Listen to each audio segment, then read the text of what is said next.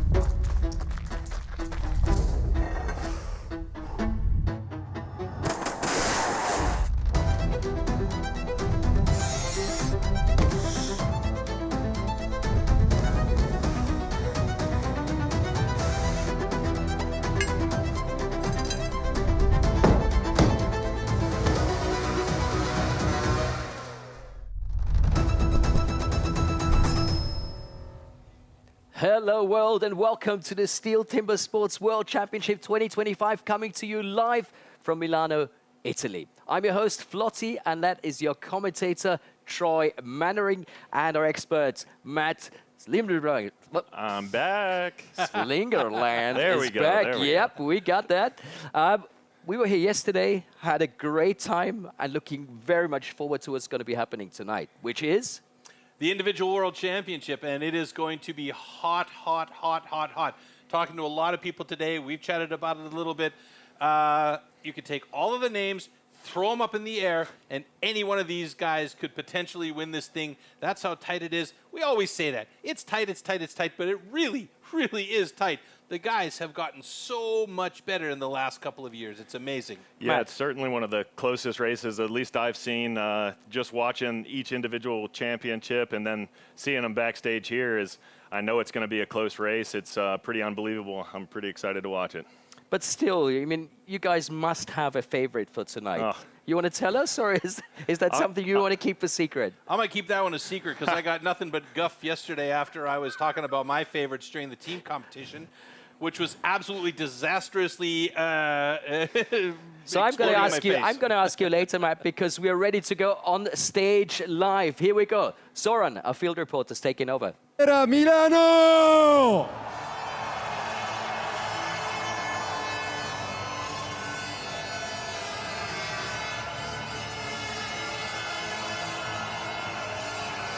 Oh yeah!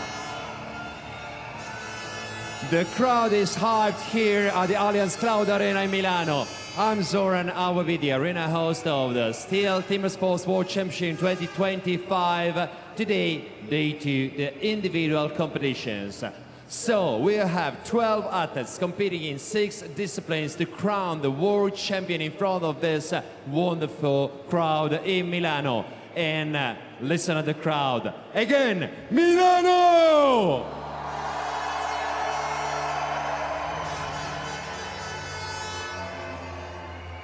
There's a hype in the arena, but now it's time to introduce some very important people. Adesso è arrivato il momento di introdurvi un paio di personaggi. Inizieremo con i direttori sport globali. Vorrei un grandissimo applauso. I will have here on stage the Global Sport Director from Great Britain. Please put your hands together for Spike Milton.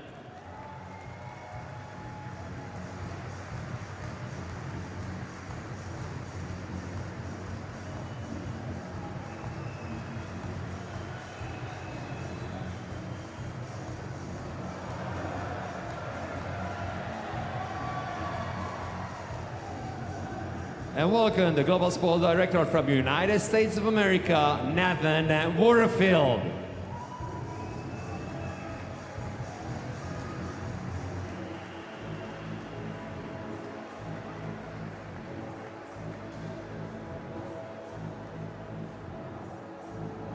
E adesso è il momento di presentare i giudici. Welcome the judges from Great Britain, Andy Hall.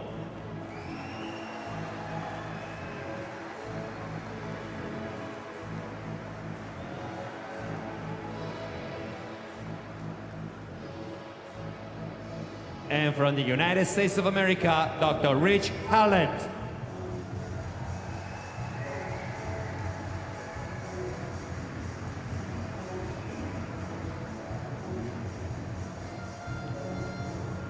And now if you got a look on the screen, on the gondola, on the video, you will see and we will introduce you the video judges. So please put your hands together for Alberto Corbetta from Italy.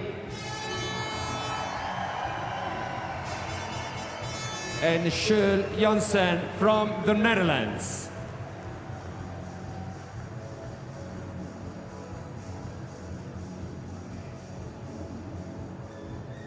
But now, ladies and gentlemen, for the Stihl Timbersports Individual World Championship 2025 in Milano, please welcome the athletes. From Australia, Brayden Miller.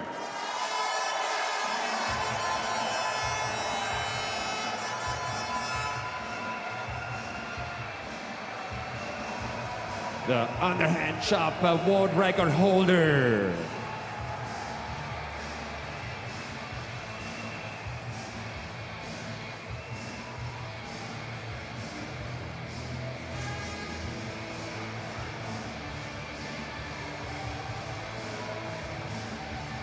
From Belgium, Ken Martens.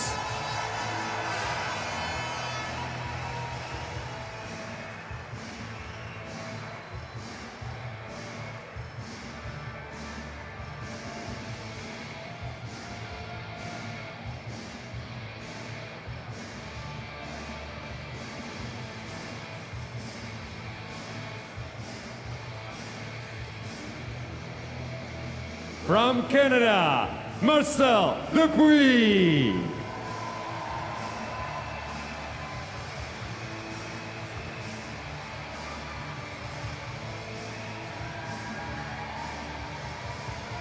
Again for Marcel Dupuis.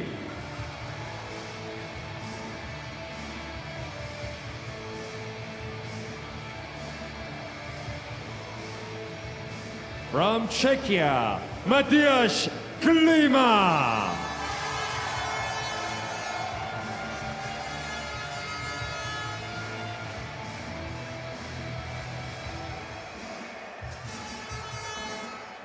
And again for Matthias Klima.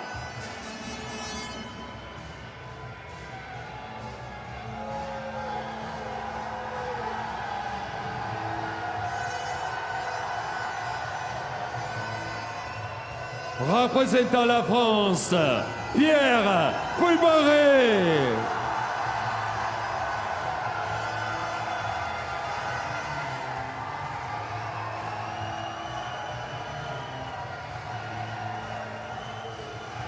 Pierre Poulbaré.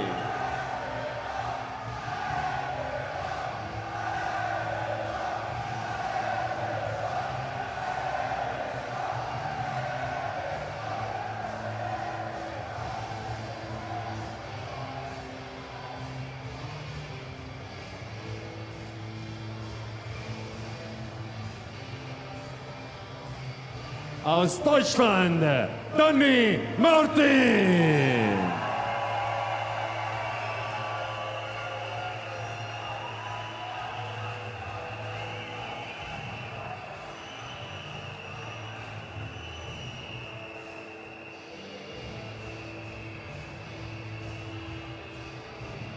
From the Netherlands, Rutger Knol.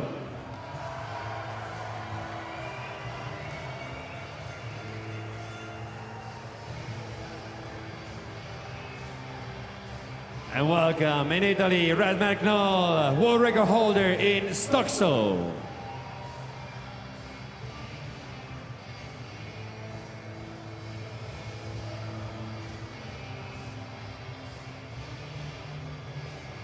From New Zealand, Jack Jordan.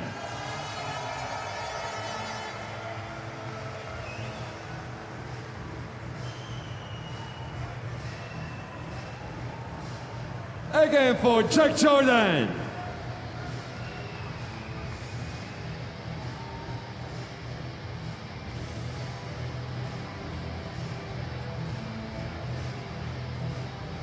From Poland, Simon Grunwald.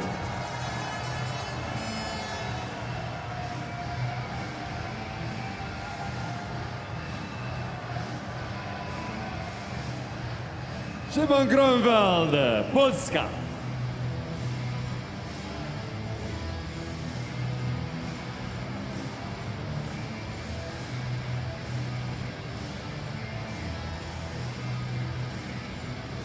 Representing Sweden, Emil Hansson.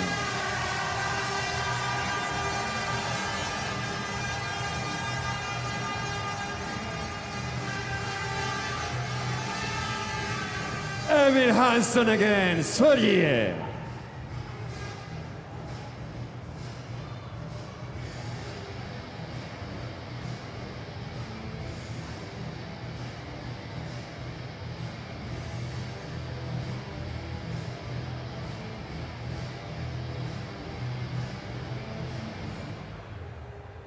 Two athletes left for the next one. Just raise your hand and look at the video.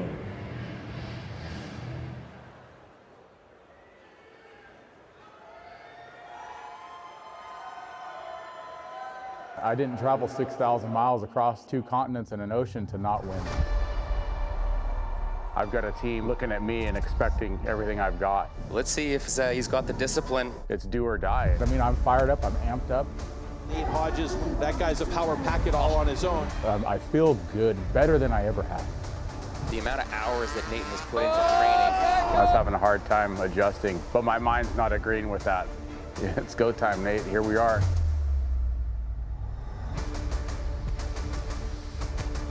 I'm counting on myself.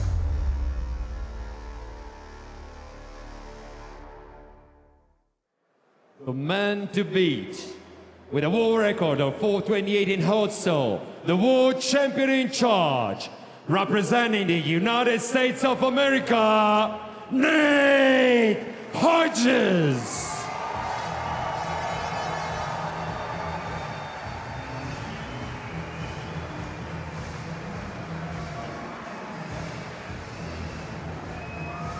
Nate Hodges.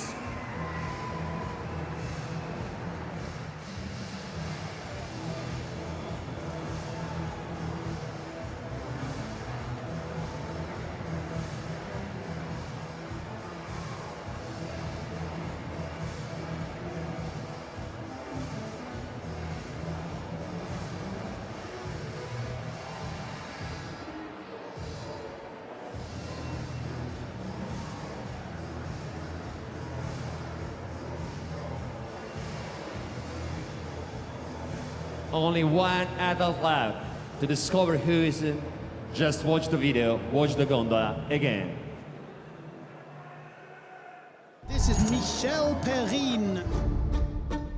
An Italian rookie cup winner. He's not really satisfied. And it looks like we might have a DQ. There are competition. Sometimes maybe good, sometimes maybe not good. It's 3 years that I try to win it. And he's become more and more accurate. And his strength has increased. Perrine looked like he struggled. Look at the power he's putting in there.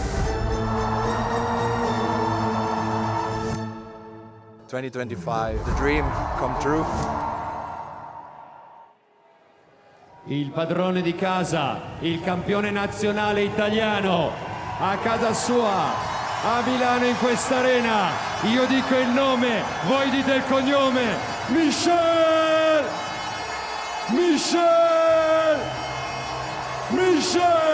Perrine.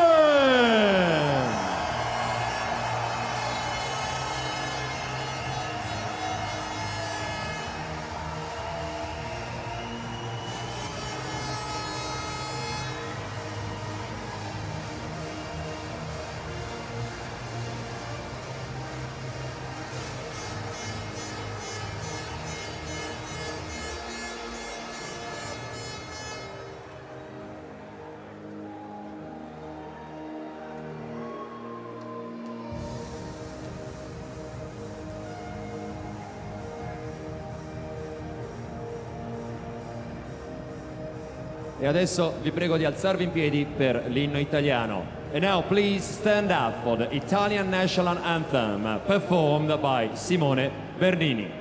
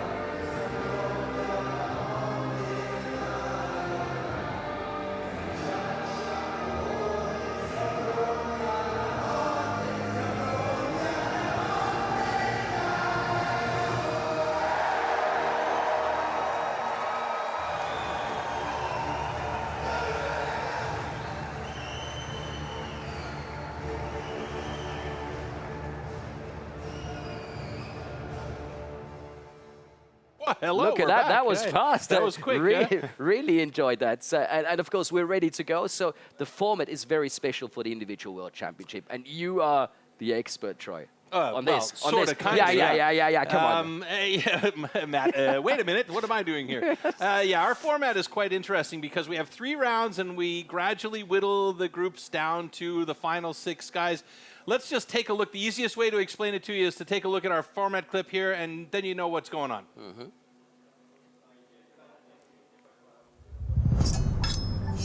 The Stihl Timbersports individual competition. In the first round, all athletes compete in 3 disciplines: the underhand chop, the stock saw, and the standing block chop. The times achieved will be converted into points upon completion of each discipline. In round 1, a difference of 1 point applies in each discipline, thus the fastest athlete receives 12 points and the slowest only 1 point. Any rule infraction will result in a disqualification and the athlete will receive 0 points for that discipline. At the end of the first round, the athletes with the lowest scores are eliminated. Only 8 athletes make it to the second round. In this second round, the remaining athletes compete in the single buck and the springboard for increased scores. With 2 points difference between placings, the fastest athlete now receives 16 points and the slowest receives 2. The 2 athletes with the lowest total points are eliminated at the end of round 2. Only the top 6 reach the third round. In the third round, anything is still possible in the hot saw, as an increased score interval of 3 points applies in this final round. The fastest athlete can score up to 18 points at the hot saw, the slowest only 3 points. The athlete who manages to achieve the highest total score across all 3 rounds is the new champion.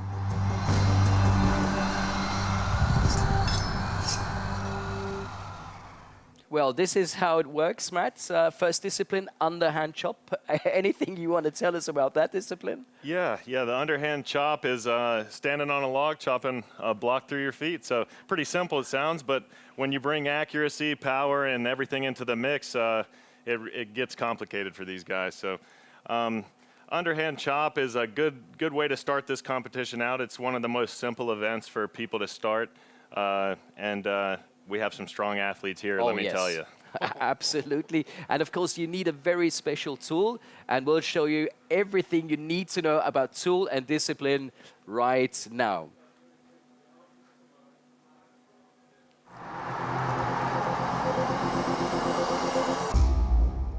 The axes used in timber sports definitely can't be bought at your local hardware store. Made from special steel, the blade is hand-sanded with an angle of 13 to 16 degrees.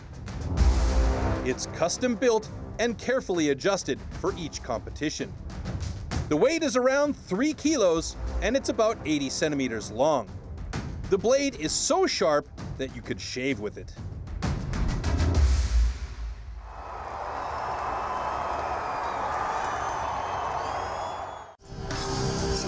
Underhand chop.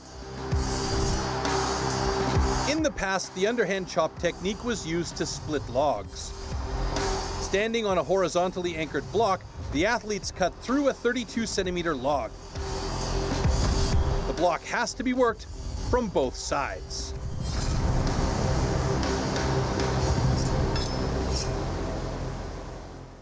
And there is our start list for the first heat. We see Danny Martin and Koen Martins compete. Then we have Pierre Puberet taking on Emil Hansen, followed by Mitch Perrin and Nate Hodges. Heat 4 consists of Marcel Depuis and Red McNoll. In Heat 5, we're going to see Matthias Klima taking on Simon Grönwald. And finally in Heat 6, it's going to be Jack Jordan against Braden Meyer. Wow, that's all I have to say. Yeah, that's a mouthful right there. And as we see, our stage is set and ready to go.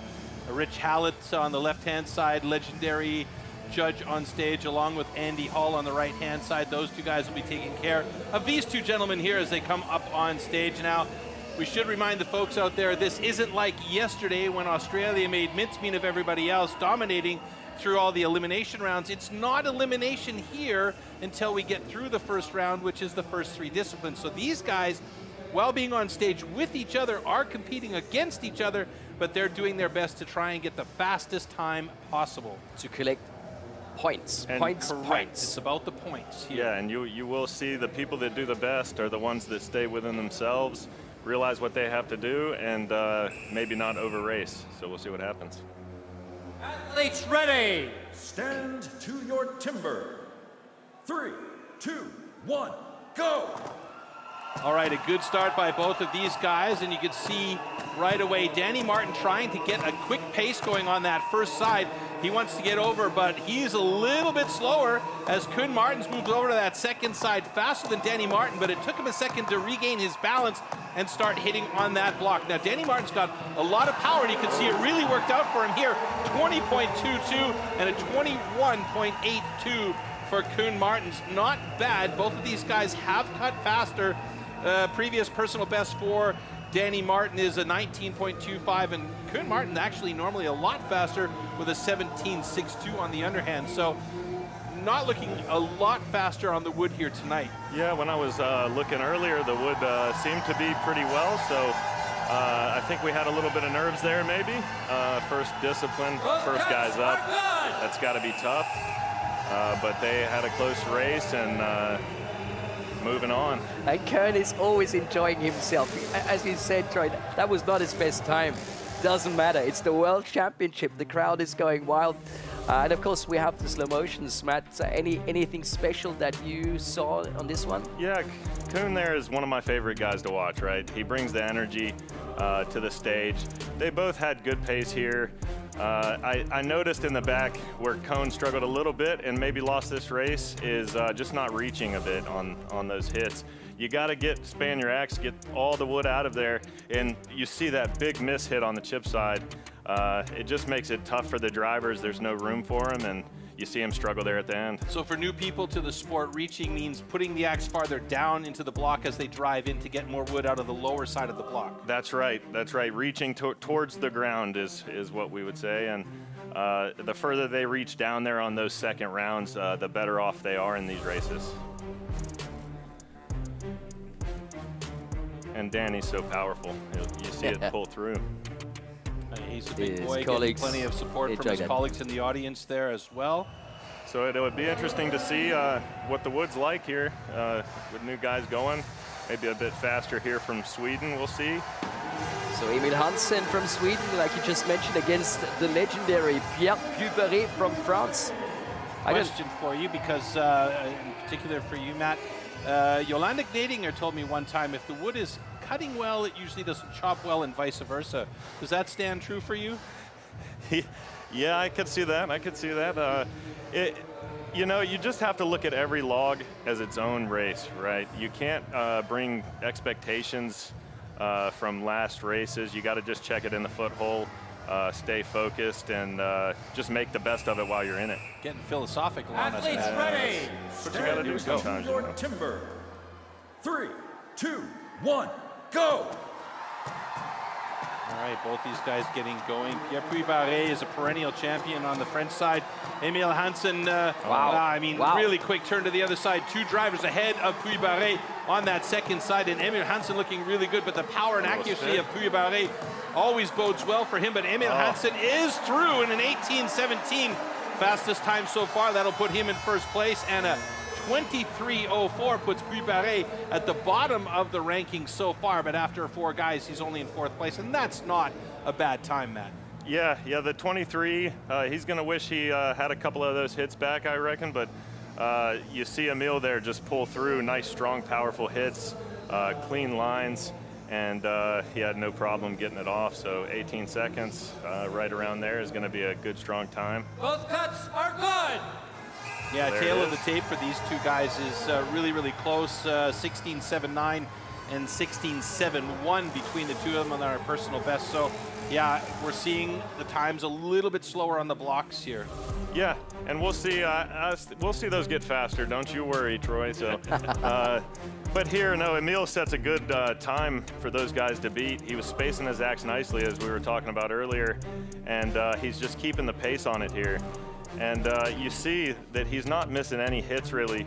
Decides to just go one driver there in the bottom because he figured he did all the work he needed to. So skipped the top one, went around, and had no problem. Well, a little problem in the bottom driving it off. Probably wishes he could pick up that second right there, but all around, great chop. And the experience that, you know, he saw that he still had a little bit there, because some athletes who are, you know, maybe not as experienced get that adrenaline flow, they cut through, they feel the log split at the top, but they forget that there could be a thread at the bottom, which would result in a DQ if they don't make sure they cut it and completely split the block. Yeah, and we saw that yesterday with people falling off their blocks forward or anticipating it coming off, and that just costs you valuable time. And in this race, I can tell you there's not much to lose. And I can tell it's going to get loud now. Ooh, how about that? The local hero against the reigning world champion.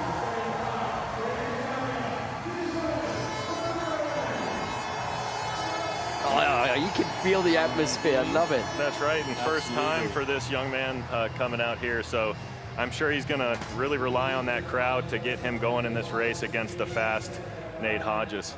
Yeah, he's going to need it against that reigning world champion, Michel Perrin, up there on the block for Italy. There's Nate Hodges. I said this last year, and I'll repeat it again here. He is a power packet. Now you can see he's got what looks like hockey tape in between his hands, and I believe, correct me if I'm wrong, Matt, he does not to your timber. slope up on the axe handle when he hits. Go! Yeah, he decides to club chop, and that's not sliding your hands. It works for him. Most athletes do decide to slide. It's a bit easier, a bit better flow. But it works for him. He keeps the pace on it, and wow. You can see that here. He's getting a bit sticky there at the end. I think he's struggling a bit more than he look at that. anticipated. Yeah, 21. And Mitch Perrin through it. We'll see if that's off, hopefully. Yeah, no problems. Looks like it. Oh, Nate is not going to be happy with that. Yeah, I think he got caught up in the back, got a little off balance, and the chips were hanging there a bit, and maybe got into his head there and got him lost a bit. And sometimes when you get lost, things go awry. Nate's sitting in third place there, and Mitch is down in sixth spot right now with a 22.69. Both cuts are good. But thinking of last year's World Championship, Nate didn't do well at all in the beginning. So yeah, that's right. He seemed a bit jumpy there for his first time, and that shows you, your first time on a big stage like this, anything can happen. So we'll look at that. He gets stuck right off the bat there. And so he's just going to club, like you said, keep those hands still. I think sometimes it might put him a bit off balance, where you see that in the back. Keeps his head right in the chop for accuracy. But he's got so much power. His arms are insane. Yeah, you have to be powerful to chop like that. And you see those chips kind of get in his way, and he just takes a couple of extra drivers, and that's going to cost him valuable places. So again, he's going to wish he had that back, but you just move on to the next event. 2 seconds he could have been faster? I would say he could pick up at least 2 or 3 seconds, if not even more. Maybe just was a little tentative and made the wrong decision on an axe. Should Mitch have gone to the other side again for one more angled driver? I believe so. He just needed to be a little bit more safe and get that block off a little faster. Now that's something I'm looking forward to. Marcel Dupuis against Redmer Knoll. Two fantastic athletes here. The beast from the east, Marcel Dupuis, and Redmer Knoll, who has been on a tear as of late. Trains a lot, actually, in Australia. Spent some time there to make sure that he is on point with his cutting, and it's really shown in the way that he's improved in the last couple of years. Yeah, these are both seasoned athletes, and I think you'll see that here. Like you said, Remner's been really calm, cool, and collected here in the past years. He got a world record, so congratulations on that in the stock saw. And Marcel, he's been second before. He's finally back. Let's see what he can do. Marcel's very Stand consistent. to your timber. 3, 2, 1, go! Ooh, Marcel got into it quick there. They're on pace with each other right now. It looks like this one's coming out great. Yeah, Marcel to the other nice. side. Quick. That was a very quick one. Whoa, that's a quick Lost a move little by balance. his foot. He got to be careful there. I think he'll get this off here anytime. Yeah. Oh yeah, no problem. nice time for Dupuis, 18-14. And not bad for Redmer Knoll Remner. with a 20.06. Wow. Very, very solid run by both of these guys. Yeah, I was very interested to see how that block was going to chop for Marcel. I went in the back earlier. I saw a lot of pin knots, and what I mean by that is just little knots where there was growth in the trees. Okay. You sometimes can't see it, sometimes you can. He saw it in his footholds, decided he wanted to chop that log, and it looks like it worked out for him. Both cuts are good. And I was watching Marcel in the training camp in Switzerland. And he, like you mentioned, Troy, was so consistent. He was so calm. He was so focused. And he seems to be really enjoying himself. And that's a great start into the competition. Yeah, absolutely. You see the slabs come out in the first couple of hits. That's always a good sign. Make you feel good about whatever decisions you've made up to then. So you just see him make a nice safe cut, and I think that that's what put him ahead of the field so far, is maybe some other guys trying to go for it a bit and making worse decisions, and then you got the veteran experience here. Just gets it off no problem, breaks the top, you see it twist, and then he knows it's going to come off right away. The initial timing had Redmer Knoll in 4th place, but after the adjustment and the official time has been set, Redmer Knoll actually sitting in 3rd place in the underhand chop results. So that's very nice for him as well. Wow, yeah. It's already getting interesting. Yes, it is. And wait for the young guns. Speaking of that, gonna get exciting. Two amazing talents here. Szymon Grunwald going up against Matthias Klima. This is the first ever appearance by Szymon Grunwald at a World Championship. Matthias has been here before, so it's going to be an interesting dynamic between these two. Yeah, this is actually Matthias's first time at least. It is his first time. The individual, yeah, so they're both mean and green, so to speak, so I think they're going to have a lot of grit and a lot of power. They do bring some experience. I know they're rookies to this stage, but they're not rookies to Stihl, and no, they're going to bring the heat here. All right, here we go. Stand to your timber. 3, 2, 1, go! Keep an eye on the pace of Szymon Grunwald on the right-hand side of your screen. Yesterday, he was unbelievable. Nice smooth Both of them over to the other side. Transition was great. Sensational. This got a little bit sticky. Szymon Grunwald looking good. We might have two very fast times here. Oh, personal best by Grunwald with a 14.68. And Matthias Klima with an 18.06, sitting in 3rd place right now.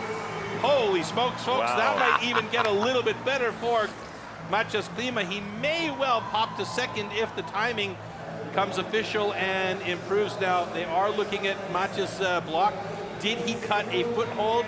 No, it looks like he's okay. I think he just broke his axe. Yeah, he broke the axe handle. I think he reached a little bit low, and at least it was safe. Everything worked out, and there's sometimes nothing you can do about it. I completely missed that. I was watching the chips flying. Both cuts are good. That's what we want to hear. Both cuts are good. We have broken axe and a personal best. And they're in 1st and 2nd, the juniors, you know, the youngsters in the first World and Championship. Look what happened with Matthias Klima. They did adjust his time, so he is a hair faster than Marcel Dupuis, sitting in 2nd place. So these guys have set the pace now for everybody. Yeah, and they just bring speed and power. And this guy, he just had a good log. His axes were cutting unreal out back. I knew he had something for this, and he just gets it off, no problems. You can see a little bit of mishits from the rookie, but man, with bringing that power, doesn't always matter. So 14.3, that's going to be a tough time to beat, even with the guys coming up. Well, there's only 2 more athletes, and they are the big ones, the big dogs. But they've gotten their valuable points regardless. Being that top 4 is very important. So very good for these two. They're looking up. Yep, he just hung it a bit low. Got lucky that axe kind of just sat there. Those things can get scary. They go flying. I've cut myself the same way before, so good for him. All right, last heat coming up, heat number 6, and this is one that you were really looking for. Oh, yes. We can call this showtime. Oh, yes. And these are just the 2 top underhand cutters in the world, so it's going to be fireworks, and let's see if they can beat that 14.37. Jack Jordan holding the national record for New Zealand, and as we well know, Braden Meyer holding the world record. That's stood since 2019, I believe? Yeah, it's been a long while, and I don't think he plans on losing it. I see the focus on his face. And the seasonal best as well from those Braden axes Meyer. are cutting unreal. Your timber. 3, 2, 1, go! Oh, look at the timing. And look at that. No, this is not. Just a quick correction, he's held that world record since last year where he beat his own record, so 2024, and Braden Meyer and Jack Jordan both over the other side of their block. Wow. Braden Meyer with a 12.97 and Jack Jordan with a 14.72. And he's loving it. He's loving it. Oh my goodness. Yep, right the plan for the big man. Cuts a smooth 8-8. I talked to him earlier. He wanted to put a safe cut in and just put the pace on it, and that's exactly what he did. Safe cut with that's a bit hilarious. of pace, yeah. It'd be nice to have a safe cut and win it, no problem. Oh, wow. This man is going to be very hard to beat tonight. Yeah, it's interesting. Jack Jordan just got behind Simon there. So Simon snuck out of second place. That'll be big for him, for the young guy. And Jack Jordan, respectable time there of 14.41. And you see two completely different styles, both equally as effective. The speed of Braden, his confidence he brings, doesn't miss a single hit. Just unreal training from this man, and he just gets it off every single time. And did you see that twist of The the scary axe when he part turned about around? him is the speed that he's hitting is, yes, that's of course nasty, but his accuracy with that speed is also improving from year to year, which is very, very scary. Yeah, really unmatched. And Jack Jordan had a great cut as well here. He brings the power to it, and maybe didn't draw quite as good of a log, but cuts it clean and gets the points that he needs. So those guys will be happy with that. Oh, beautiful. Love to see that. Cody Steers enjoying that one in the stands. He doesn't have to do anything anymore. I mean, he would love to be on stage for sure, but he's having fun watching his Chopperoo teammate take over the underhand chop here. What a score. And collect the 12 points. That's what it's all about, getting those points together. And the real big shocker for me here is Nate Hodges there, 9th place. That's going to be tough for him. I know he overcame it last year, so I'm going to look for him to be strong-willed, strong-minded, and come back from that. But, man, uphill battle when you get 9th place in the first event. And you don't want to start into the competition like this. Yeah, absolutely not. It doesn't build the confidence. Luckily for him, he can overcome that. I've seen it happen before. So, yeah, I'll look to see what he has in the stock saw. Hopefully it doesn't give him the jitters, maybe get some rushing in. So Talk about stock saw. We are ready to show you what we're talking about in this next discipline.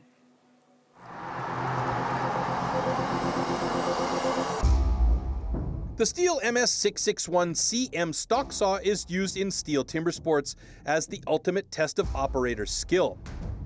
Designed for the toughest jobs in forestry, it produces approximately 7.3 horsepower, has a displacement of 91.1 cc, and weighs 7.4 kilograms.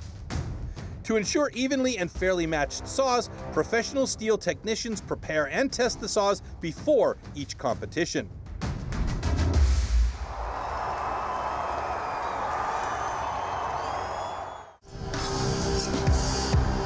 Stock saw. After the starting shot, the contestants have to cut 2 wooden discs, so-called cookies, within a 10-centimeter mark. 1 downward and 1 upward. The attempt is only valid when both discs have been cut off completely and within the marks.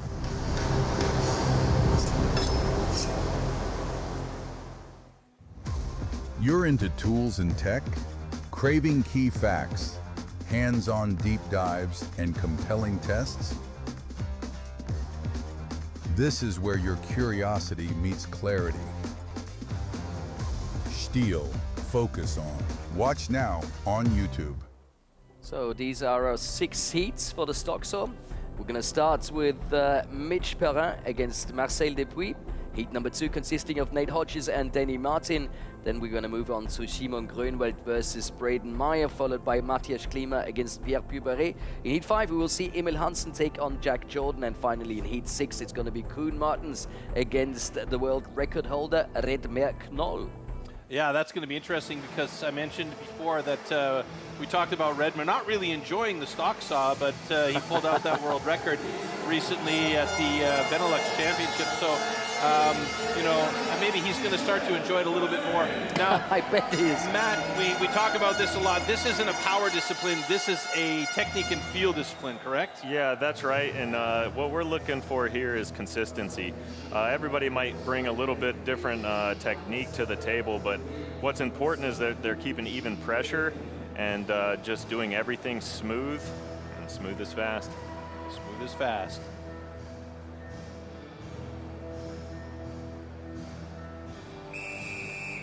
All right, let's see how Mitch Perrin does here.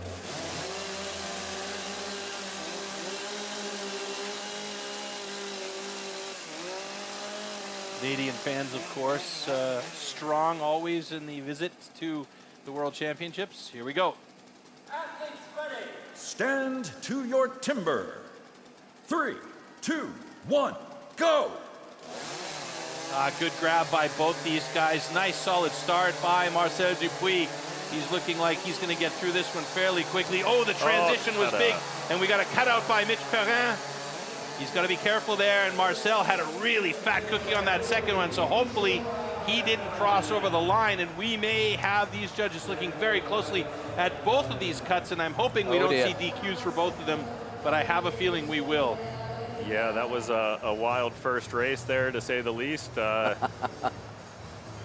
We got cutouts, we got all sorts of things going. Again, first heat, tough to be in, and you see that there. Both cuts are good. Oh, look at that. Breath of fresh air Talk for about me the there. drama, a little relief sigh, and I thought for sure that Marcel, on that transition to the upcut, got real close, if not on the line. Yeah, and hopefully we'll see that in the replay and see what we got there. It looks like the winner of 12.92. So we're looking at a little bit slower times here. This wood was fresh. They told me that before we got here. Is sometimes when you have this fresher wood just been cut, then it's a little bit more firm. So we see that with this 12-second time as a winner. And then we see Michel just have a little bit of a rough go. Didn't realize he cut out after that switch early enough, so he costed himself a couple of seconds there. Yeah, 15-14 for Mitch Perrin. And you see him step up there before he switches, and I tend to think that sometimes that brings inconsistencies. If you're moving your feet around, you don't have a stable base, and it makes it tough to make that switch. Yeah, there's that transition from Marcel Dupuis. It was pretty close to the line at the bottom. And good that Mitch Perrin figured it out in time. I mean, you know, okay, it killed off some time, but at least we don't have a DQ. And he didn't leave himself a lot of space to make that final cut to get up there after the cutout. Yeah, points are points. So, gotta take them when you can get them. Talking about points, Nate Hodges, the reigning world champion, he needs points, so he needs to be good in this one. Yeah, that's right. It's time for him to make his move here. We're saying it pretty early, but it is time. Danny Martin also, he's very comfortable with the motor saw. If it's a stock saw or if it's a hot saw, he feels good with that discipline. And you can see national record 863. Tail of the tape has the advantage going to Danny Martin here, but we have seen Nate cutting pretty well in stock recently. Yeah, I agree, Troy. Danny Martin is a great technician. You can see that with the national record and the time. Nate Hodges himself, I know the training he puts in, and he is just a fanatic of the sport, so to speak. He puts in thousands of races, and so as long as he can get his nerves out of the way and get a good smooth start, he'll be quick off the go, I can tell you that. So he's going to get all the time he can.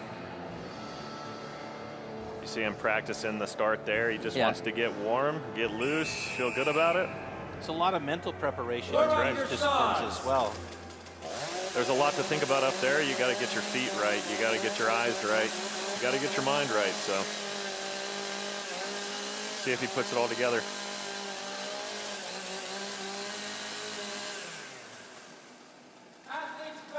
Stand to your timber. 3, 2, 1, go! Oh, quick pick by Nate Hodges. Thin cookie for Danny Martin, though. That's going to bode well for him. Ooh, huge right on transition for Nate Hodges, and he is killing that line. I'm going to see a DQ for Nate Hodges. Danny Martin with an 11.80. 2 thin discs on the deck for Danny Martin, so you can see his comfort level with the saw, no problem. The excitement for Nate maybe got him a little bit on that transition. He went too far over. We got the yellow flag. Yep, and there it is. I was afraid of that. And yeah, it looked pretty obvious here from the booth, so it's unfortunate for him. Like you said, maybe when you're trying to pick those points up, you just go a little too fast. And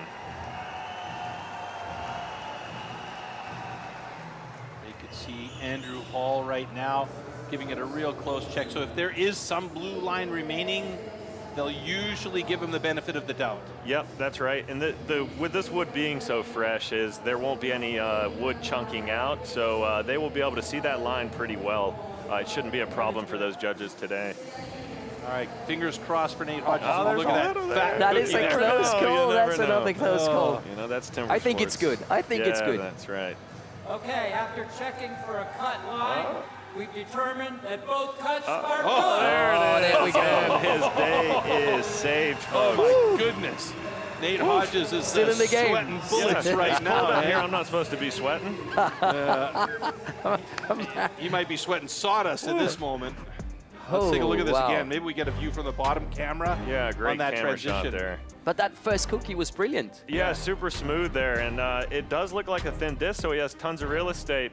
Tons needed of it. real estate. Yeah, thank God he see on had the far it. side, though, Danny Martin's got a Same. paper-thin cookie there. And Danny just had a bobble there on the start, got a little bit behind from the start, but he knows how to pick up time. Yeah. And boy, that'll lose some time for Nate too, as he's gonna have to steer that saw. When you get that close to the line at the bottom, all you can do is pray and steer that saw. So he's gonna turn it with his hands and when try you to get it steer, away it from the line. slows down the cutting efficiency of the chain as well, correct? Yeah, that's right. Yeah. That's right. And do you see Danny with the faster time there by a 10th, and that 10th could have easily been picked up if he just had a smoother run there on the upcut. Well, it's the two fastest times we've seen so far, but of course we've only had 2 heats. In heat number 3, the return of Shimon Grönwald and Braden Meyer. Now that is another one I'm really looking forward to. Yeah, it'll be interesting to see again how the rookie handles it. I see his best times around 10 seconds, so not so bad. And Braden is pretty automatic in the stock saw here. I've seen him in the past just absolutely destroy it. So they're not that far apart in the tail of the tape, though. If we look at it, Shimon's time 10.62, Braden 10.14. Close. So pretty close. It might really come down to the experience of Braden Meyer here and him being able just to settle into that pace and do his thing. Like you said, you know, concentrate on your log, do your battle. yeah, that's right. Confidence is key here. So we'll see if both of the athletes can bring that, and it'll certainly help them out in this race. Looks like they needed to square those logs up. So again, with Nate Hodges steering the saw, it just gets a bit crooked. It's unfair for other athletes if you don't square that up. So that's what they're doing there. Take the time, make everything fair, safe. Yeah, that's good. That's it's all the you World can ask for. Championship. That's Yeah. what we want. Yeah, it's unbelievable this year. They got all the trees, or all the wood out of 2 trees this year, and so you can't get more fair than just having 2 trees. And they've explained that to the athletes this year, and I think you'll see that in the times. Yeah, but that must be great to know. Yeah, it just keeps getting better year by year. Everybody makes adjustments, everything gets better. It's just great to see. And we do really hear a lot about how they concentrate on the sustainability of the wood and the competition quality of the wood as well. So we might get a little bit on that later on. But it is quite interesting how they manage to get this wood prepared in the fairest way possible for everybody. Yeah, it's a long road, and they've figured it out, that's for sure. And it's just great to see. It's good for the sport. So Matt, as an athlete being in this situation, you know, it's not perfect, is it? Because you lose your concentration. It's you have your own rhythm, your own system to get prepared for the competition, and then it's a wait. It's a wait. Yeah, that's what we do as athletes. We hurry up and wait, they say. You get ready really fast, and then you might wait a little longer than you want to stay warm. But no, this is why they're here, right? They're the individual champions. They've been on big stages, and so they just try to stay mentally strong up there. It is tough. You just have to overcome it. They've cut away now 4 discs to square that thing up. I mean, I would have thought with that rig they've got, they squared that thing after the first disc. Why so many discs at this point? Are they seeing something in the block? Yes, absolutely, Troy. They probably squared it up, saw a knot, and that, again, makes the disadvantage for that athlete. So they just have to trim it until it's gone, and sometimes there's hidden knots in there, and they just don't go away. So they prepare for that. They have extra wood in the back. There's no worries there, so it just takes a bit of extra time. So again, speaking about the fairness for all athletes, they really concentrate on making sure that everybody has the same conditions on stage. Yeah, that's right, and it's really great. And that's what's great about the stock saw, is that it is the most even event, and it's just about how you can perform with it. So, you know, that's an eternal wait for those two guys standing on the decision zone before they can come up on stage to get ready to go. That's got to mess with your head a little bit, especially for Szymon, seeing them do that much work on the block that he's going to be cutting on. Yeah, that's got to be tough. And standing next to Braden Meyer. Yeah, think, of all things. He's got to be Doesn't thankful get worse, that at least does it? he's got good wood, so we'll see if he can stay strong here.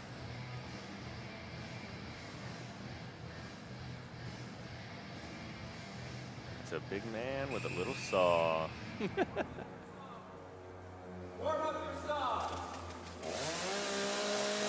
They look like they're hoping and waiting over there in the crowd. I just saw a picture of Cody Steers. He had his first foray into the World Championship last season. Athletes ready. Stand to your timber. 3, 2, 1, go! Oh, quick start by Braden Meyer. Thin cookie for Szymon Grunwald. Braden Meyer, beautiful transition. Szymon Grunwald right there with him. Might have a faster cut. No! Braden Meyer just by a hair, 11.65. And Szymon Grunwald with a 12.19. And fastest again. Sitting in fourth place. And Braden Meyer once again showing his determination to be atop that podium one more time. Yeah, it looks like he came to work today and he's ready to do the job. So, is there any discipline, Matt, where you think that Braden Meyer can be beaten? Springboard? I'm going to go with the hot saw. He's an amazing springboard cutter too. Yeah, the man, there's nothing the man can't do. If he has a weakness, let's call it the hot saw, but it's not much of a weakness anymore. So, 2019, we saw him fumble that hot saw, but he still managed to win the World Championship title because he was so strong through all the other disciplines. Yeah, and lucky for him, he got the saw started. 3 cuts, no problem, enough points ahead. So you just see him just do the work here. A good inch first cut is just beautiful. Over there, as Szymon has a little trouble, a little thin. You got to be really careful with the saw. You lose time when you have to steer that saw. So you see Braden just keep that perfect RPMs on the saw and just float it right through. Szymon Grunwald looks like he was hardly stressing about that, though, relaxed through the cut, even though, you know, it wasn't as fast as he's had before. He looked good, but could that be feeling the pressure from the backside? Yeah, I think so. I think you just have to put the races in, too. So he's he's only 20. So, you know, we have high expectations for him for how young he is, and he is living up to it so far. But there you are, Braden, 11.5 in the lead by 0.2, just saying, here you go, boys. It's time to buckle up. Oh, it definitely is time to buckle up when this man is around. Keep a close eye on Maciej Klima. I have a feeling he's going to have a nice cut. He likes this discipline, and he's good at it. Yeah, and I've got the pleasure to train with that man personally, so I've given him at least all the tips I could, so let's see if he can pull through. I know how strong-headed he is as well, and I think it'll go just fine for the man. Yeah, you're not too bad yourself on the stock, so are you? Oh, you're too kind. You're too kind. Yeah, that's going to be interesting. And he's going to be a bit upset for breaking his axe in the last discipline, so he might go into this with a bit of anger. Yeah, and I think the key here is for him not to go in with anger, because he does have to stay nice and calm and consistent, and he's got to put it out of his head, right? So the most important thing for these athletes here is to just move on to the next event. Put the last one behind you. You're not doing it again. So the ones that can do that, you see really pull through. The French fans. Unreal, isn't it? Yeah. having a fantastic time here in Asterix and Milano. Obelix in the house. Huh? Yeah, yesterday they sang the Marseillaise. That's fantastic. Yeah, you can't ask for anything better than that. And you did mention there are a ton of French fans that come to these events in Italy. Canadians are pretty strong there as well, huh? Surprisingly strong. The fanship is strong with the Canadians. I like Pierre Puy-Barré, though. Interesting character. He's always got that dour face, you know, but I say this often about him backstage. He's a bit of a character. You probably know this better than we do because you'll be backstage with these guys more often than not. Yeah. He's a bit of a clown when he gets back there. Yeah, that's right. Like you said, I've a bit intimidated the first time I came over here and saw him, but yeah, it's like a teddy bear. Very kind man, yes. Absolutely. Yeah, very kind. Yeah. Once you get to know him, super nice. It's the great thing about the sport. We're all a family here, and it shows, I think. Yeah, it's my favorite time running around with Matt. Warm up your It's like everybody, how you doing, buddy? Yes. Look at that beard. Wow. Look at those pants. Yeah. This is impressive. We should have took some notes. Deep breath in. Stand to your timber. 3, 2, 1, go! Oh, Great wow. start. Great start by Matthias Klima. He got right in there, and that's a first cut. Really, really nice. Transition by Puy-Barré is also amazing. But Klima with a great time, 11.97. That puts him in 4th place. That's a nice cut for Matthias Klima. Yeah, it was nice and smooth. You see a little knot there, so maybe that slowed him down there on the second cut. Just a hidden thing there, so we'll see how the official times roll out.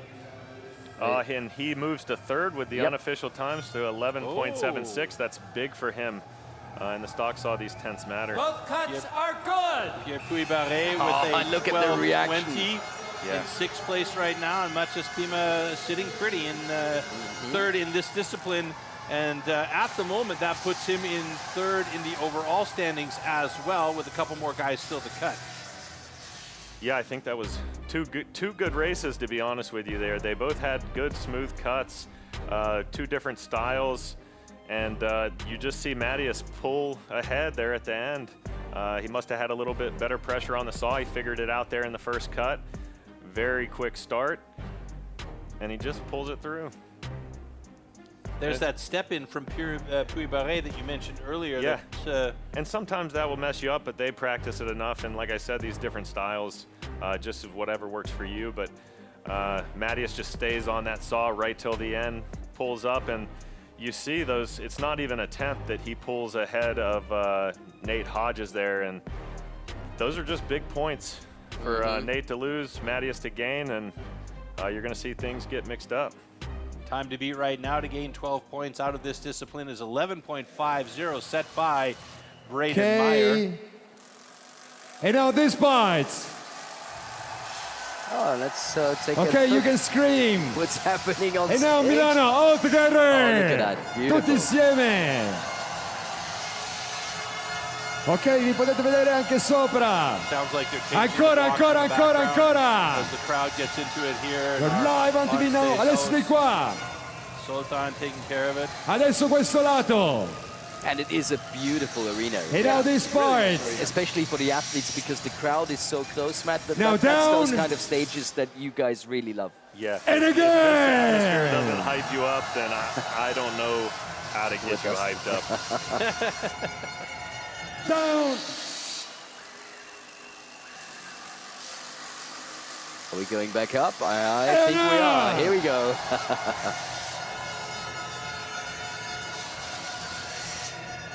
Down. Up. Down. Up. Down. They follow directions nicely. Yeah. Yes. he's got him in the palm of his hands like Freddie Mercury, huh? Thank you, Milano. That was nice. Before we go to our next heat, which is also a good one. Emil Hansen taking on Jack Jordan. That's what we're going to see next.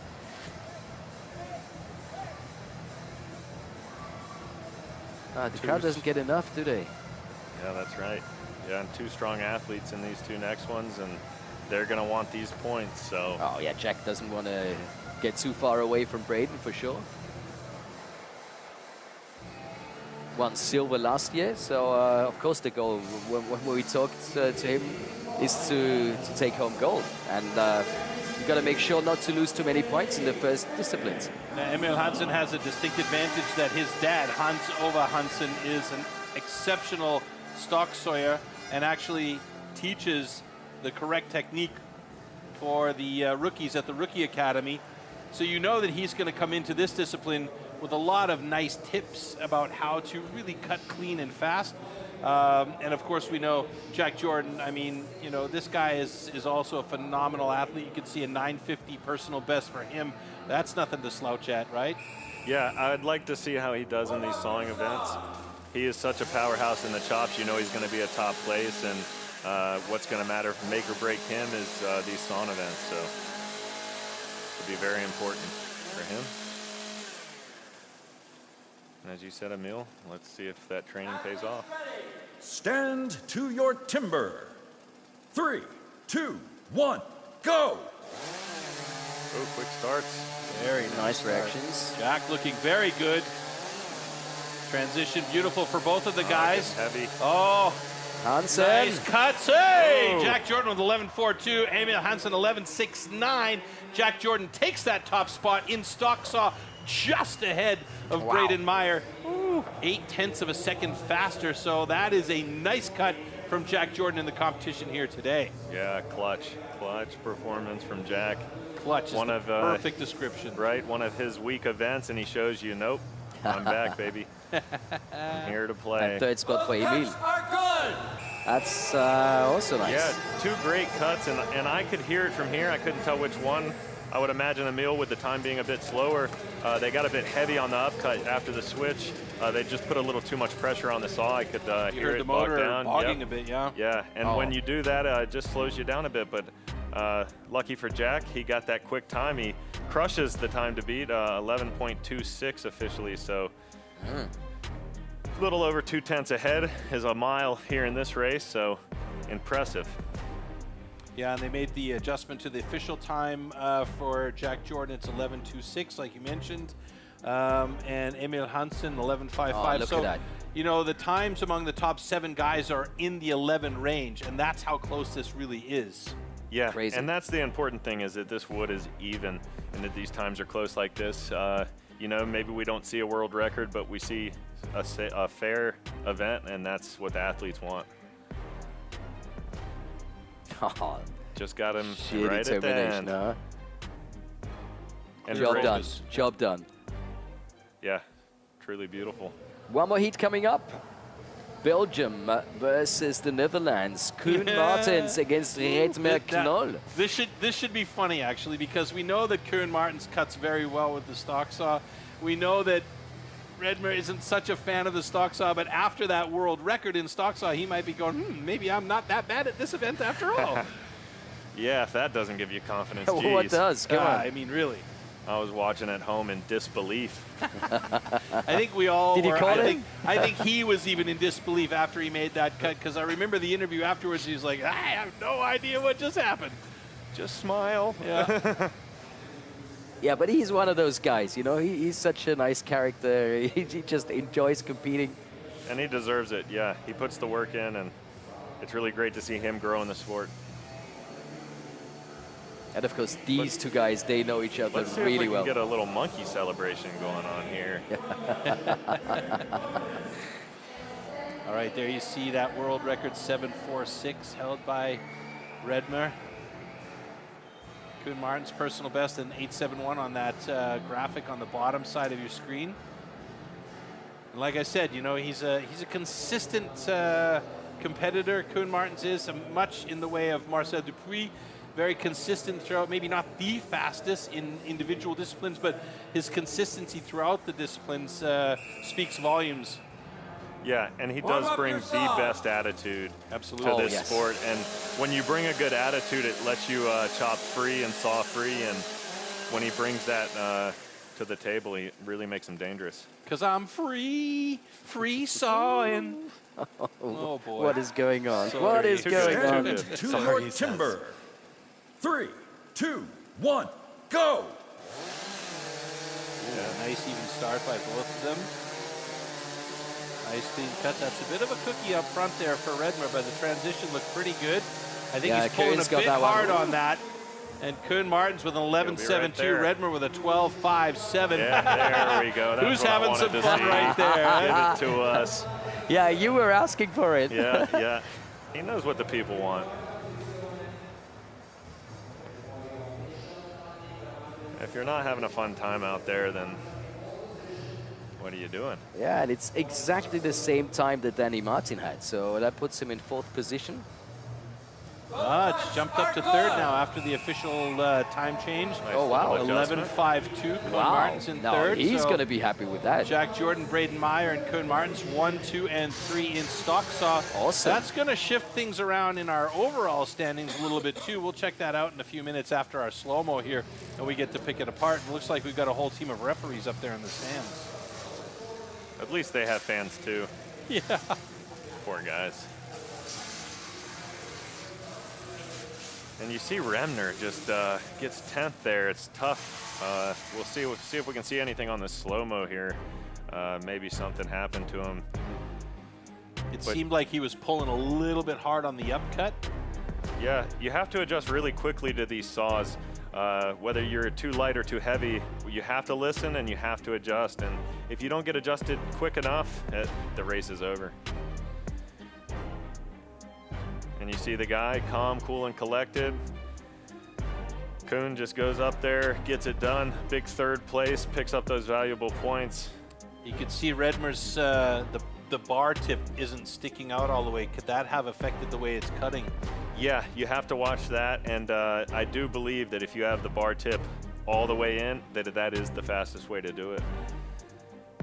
And it gets dangerous there. You have the bar hidden into the wood. Crazy things can happen and DQs come fast. You can also kick a little bit while you're trying to control the saw C'è Marta lì. Fate chiasso per Marta. So here we have the final results and the points awarded. So Jack Jordan this time beating Braden Meyer. So they stay very close together. We're going to see it in the overall standing just in a few moments. Yeah, you're looking at just 1 point here between the two. So keeping it close, keeping it interesting. 23 for Braden, Jack Shimon 22. Tied Matej for Vima, second, Emil Hansen, first timers here. Holy moly. The young guys coming in clutch. All 3 young guns from Europe right there, still in the mix. That's great And to we see the Canadian and USA, they just need to pick up a bit of time here. Yeah. It's now or never. This is the last event coming up, stand and block before they start eliminations. They're going to eliminate 4, so that's tough going. Oh yeah, you don't want to be one of those 4. And Redmer Knoll and Koen Martens are going to be the first to compete in the standing block job. So that's going to be an interesting one as well from the physique and the mental approach. Yeah, that's right. The guys that are a bit lower on that bracket, they're going to want to look at what other guys are doing and see if they can make adjustments and maybe gain some time there. The first 2 guys, they want to do the opposite. They want to go out there, crush, make you guys feel bad about yourselves, you know, like, oh, you guys really have to go for it. So, yeah, it's just 2 different ways of looking at it, but we'll see what happens. Very interesting with these points like they are. Yeah, it's the last discipline before we eliminate a few athletes here. We are going from the full pool of athletes down to 8 after this discipline, so they really do. This is the point now where they have to get those extra points in their book. And here's all you need to know about this discipline. Standing block chop. At the standing block chop, the felling of a tree with an axe is simulated. A vertically positioned wooden block with a diameter of 30 centimeters has to be cut through both sides. A powerful and precise swing with the axe is the premise of a good result.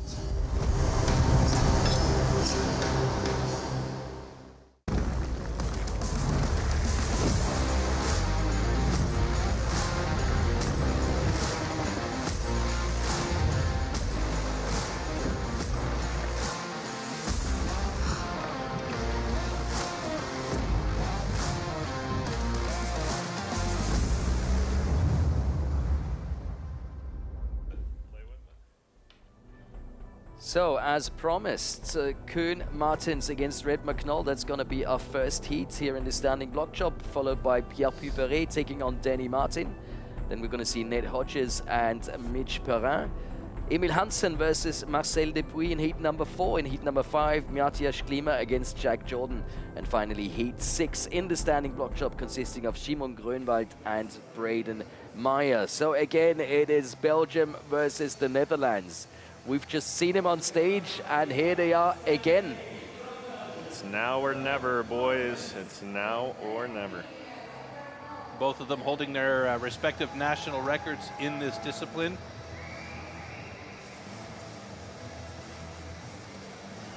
I think you're going to see these guys go for it. You see the PB up there of 15 seconds is nothing to joke around about, so I think you'll see some fast times out of these guys. This is also one of the last chopping disciplines you learn as a new athlete because it's one of those that's a little bit more difficult because of the angles you need to cut at, correct? Yeah, it is definitely a little more dangerous than an event. So stand to your timber. 3, 2, 1, go! They do tend to start on the underhand first.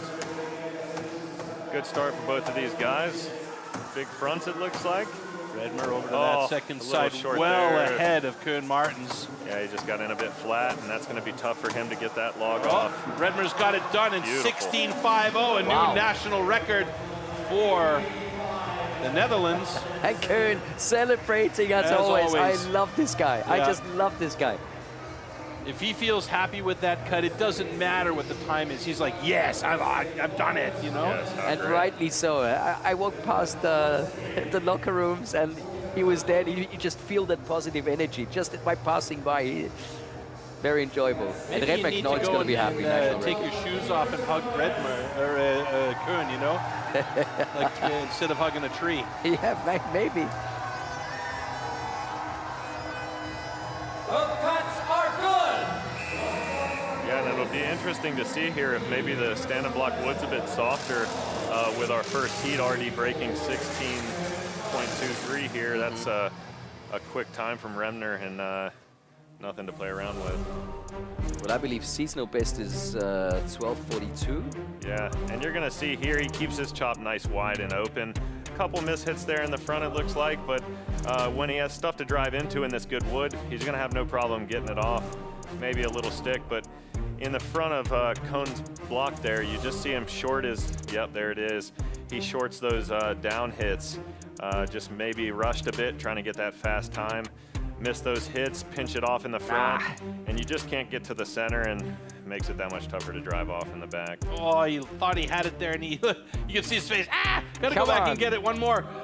Yeah, throws you off balance there a bit. He thinks it's gonna come, and even more time lost. It's interesting to see that, you know, that chop and then the pull in to try and get that last cut through, you know? Yeah, the confidence is important when you're driving those logs off. If you're not driving with that power and precision. The Van Drielens watching on as Redmer had a pretty nice run there. So Pierre Puperet against Danny Martin. That's another one of those classics, you could say, in Europe. Yeah, these guys know each other real well. They've battled against each other in many of the European competitions. So, I mean, you know, they're going to go up on stage, and then it's not like there's any love lost between the two of them. They just know each other. So I don't think there's any vibe that's happening here that's going to cause one or the other to not perform well. Yeah, two Sawyers coming here to the stand-on block, so we'll see what they can bring to the table here. It'll be tough for them to beat that 16.23, I believe, but you know, in these individual world championships, anything can happen. Yes. And we just had our hashtag there, the hashtag Stihl Timbersports. So if anyone at home or at the venue would like to show us their best pictures. Hashtag Stocksaw Lifestyle. We'd be happy to take a look at them. There's been so much going on yesterday on social media. Absolutely fantastic.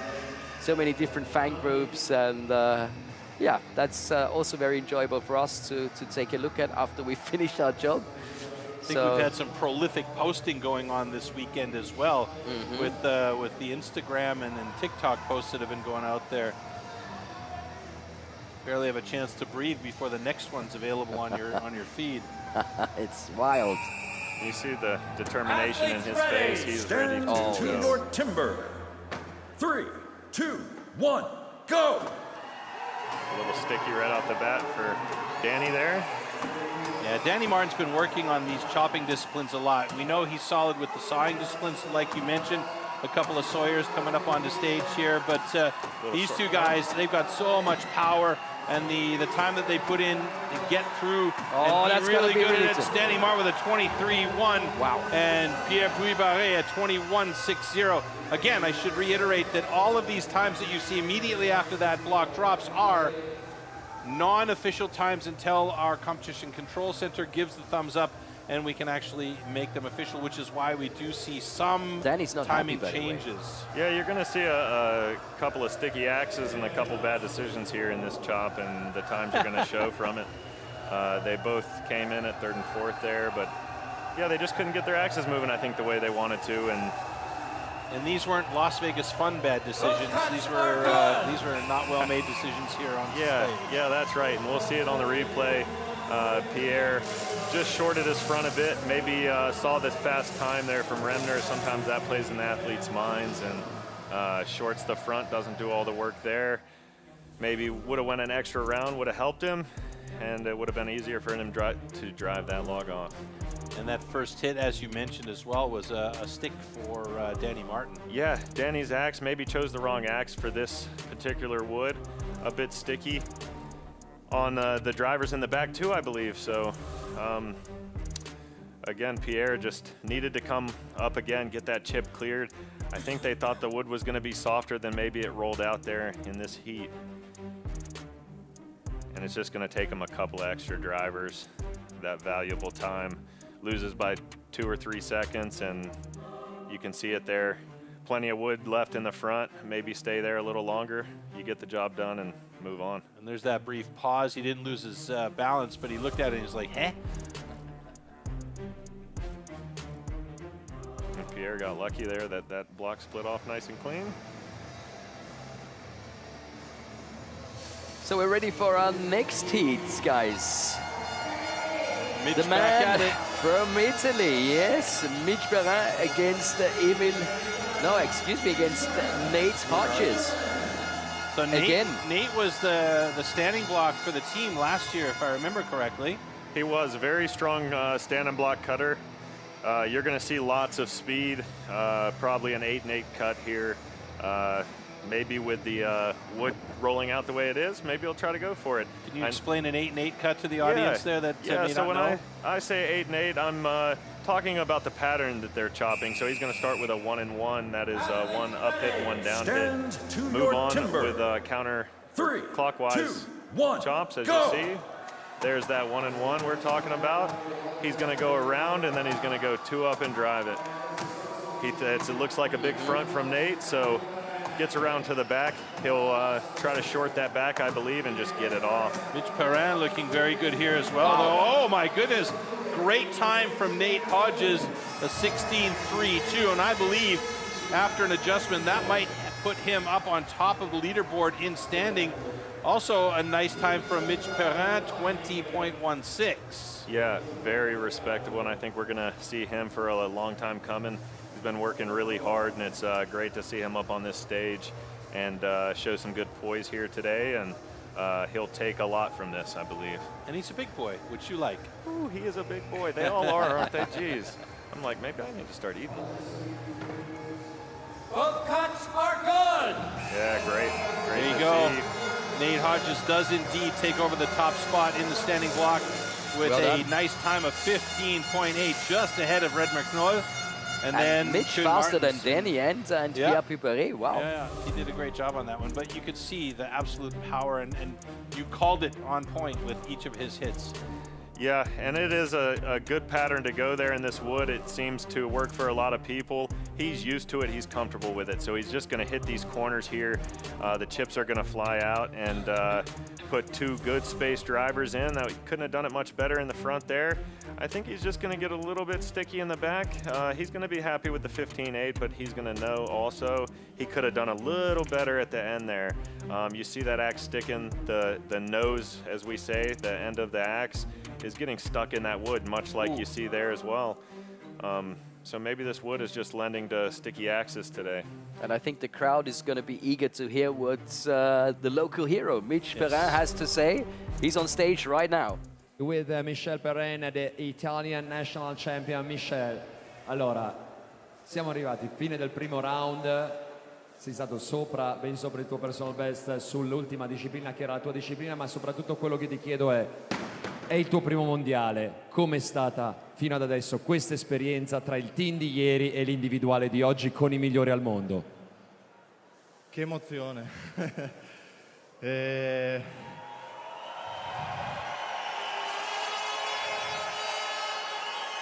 Allora, fare un mondiale è già tanta roba, nel senso che già arrivare qui per me è un'enorme vittoria, perché comunque bisogna arrivarci. E sono contento per tutto il sostegno che ho avuto da tutti, la mia famiglia, la mia ragazza, tutti quanti, e tutti i miei amici, i miei compagni di squadra di ieri, Alessandro che è stato ad aiutarmi, veramente grazie a tutti. E non è la fine, è solo l'inizio. E la strada in salita, però bisogna imparare a scalare e è quello che sto cercando di fare. Facciamogli un grandissimo applauso. Okay, in few words, how was this your first World Championship? How was the experience to compete here in Italy, in Milano, both in teams and individual? He said, first of all, is the World Championship and you have to arrive at the World Championship. So that was really, really, really emotional. And allora, cosa vuoi dire a chi vorrebbe iniziare? Quanto è bello questo sport e come fare? Beh, penso che già solo guardando quando sono entrato, penso che già solo quell'emozione lì è una cosa che ti dovrebbe stimolare a iniziare questo sport, perché oltre a questo le discipline che facciamo sono delle discipline bellissime, si lavora con tutto il corpo, si fa un sacco di movimento, ci si allena tanto e non è il classico calcio, non è il classico basket, è qualcosa di diverso e credo che, come l'arena ci insegna stasera, questo è uno degli sport più belli del mondo, secondo me. Okay, the question was how can someone start at the timber sports? Just being here to feel the emotion that you feel with the athletes is enough to start. It's a full body workout. It's not basketball, it's not soccer, it's the most beautiful sport in the world. Per Michel Perrin, facciamogli un applauso, Milano! Grazie Michel! And of course, it's the original extreme sport, so nice one to go with. Well said. I got a little misty there. Even the Italian that I didn't understand, I could see and feel the emotion that he was putting out there to the audience. So it's great. You know, I can see by your body language. Yeah, yes. you could really see that he's grateful for being here, even though he may not be where he wants to be. Not he yet. is where he wants to be, you know. So that's a start. Yeah, it's got to be an unreal feeling for him, being in front of that home crowd and them supporting him throughout this first three events. Well, Emil Hansen and Marcel Depies are hopefully going to get a similar reception as they enter the stage for heat number 4. And this is going to be a good one. Oh, wow, look at the personal best. Yeah, they're real close together. Now, Marcel, we know, isn't such a huge fan of this discipline, but you put him in the situation where he needs to cut, he's going to do everything in his power to get through there fast. Yeah, he is strong and he is fast. But so is Emil Hansen. That's right, one of his better events here. And I think he'll be trying to gun for that 15-8. Maybe take one out of the book of Nate Hodges and go 8 in the front and then Athletes try to ready. beat him in the back. Stand to your timber. 3, 2, 1, go! Good even start by both these guys are on pace with each other, and you could see there Emil Hansen really going for it. Second side fast for Emil Hansen. He's about 3 drivers ahead of Marcel Dupuis on that second side, and he is angry at that log. He is not liking that one at all. It is a national record. A 16.33 national record, and that's unofficial at the moment, but I can't see it not getting any slower. It's going to get faster once the buttons are checked. Oh my goodness. And a massive chip out of the blade from Marcel Dupuis. That is a bummer. And we'll have to look back on the replay for that one. He might have had a hidden knot.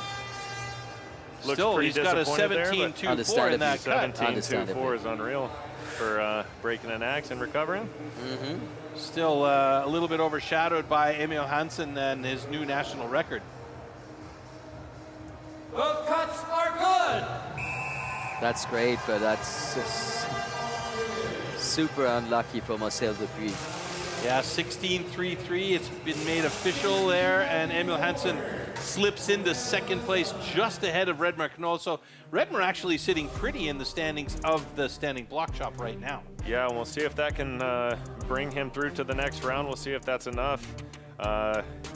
Emil here is just going to absolutely attack the front of this log. You see Marcel doing the same, just a little bit behind here on the turn. And Emil goes around quick. I think he realizes it because you're going to see him go one more up there before he starts driving. And when people do that, you tend to think, oh, maybe they're not confident it's going to drive off. They want that one extra. But it came off no problem, and it got him a respectable time. Yeah, respectable enough to become the new national record. At actually, with the adjustment now, it's actually lower than 16. It's 15.94. Wow. So the Competition Control Center really got their hands on that one. We should point out, too, that there are 4 individuals that are at the front of the stage holding buttons. And when they see that the log is split, they will push the button. So it's kind of like double indemnity for each side. And then that will determine the time. So that's why sometimes you see, for instance, in the underhand chop, you'll see the block wiggle a little bit, and then somebody will push the button and the time will be incorrect. And that's why the Competition Control Center then goes back and double checks the nuances of that block actually separating and what the actual time is. So sometimes, more often than not, you'll see the times be faster here after the control centers had their hands on it. And here come Matthias Klima and Jack Jordan for heat number 5 in the standing block chop. This is a big race here.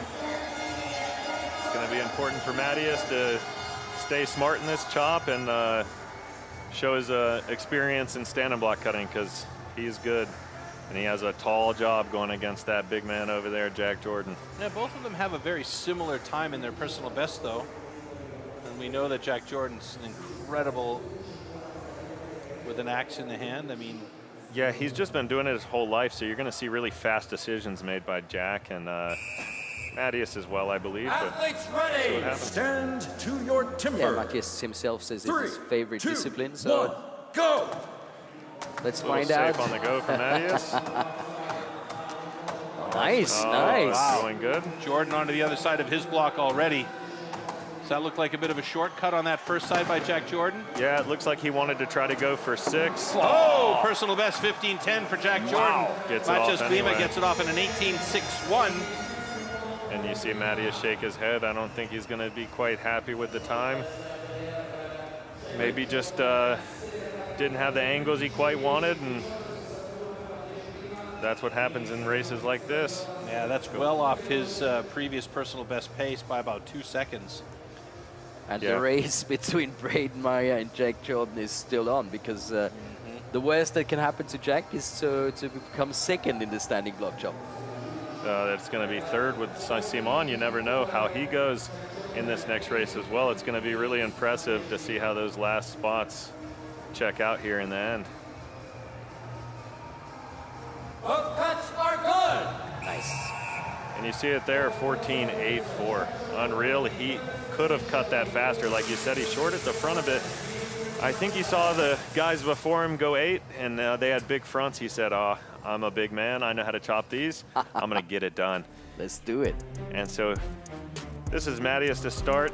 He a little late off the go. I think he just wanted to play it a bit safe for his first time on the stage here in the individual world championships. Whereas you see Jack going a little more aggressive, pulling that 6 out in the front and just trying to attack it in the back. Had to go a couple extra there because he did short that front, but the man has no trouble getting a log off, and you know, he's no stranger to these logs. So. And this is his 3rd appearance at World Championships now, I believe. Yeah, that's right, with a silver medal last year. So, you know, he's hungry for that gold, and he's proven it here. Top places in all the first 3 events. It's going to put, and you see the big miss hit from Mattias. Maybe just trying to get those last drivers, ducks his head a bit, and boom, the axe goes straight in. Just killer. So 1 more heat, 2 more athletes, Simon Grönwald and Braden Meyer.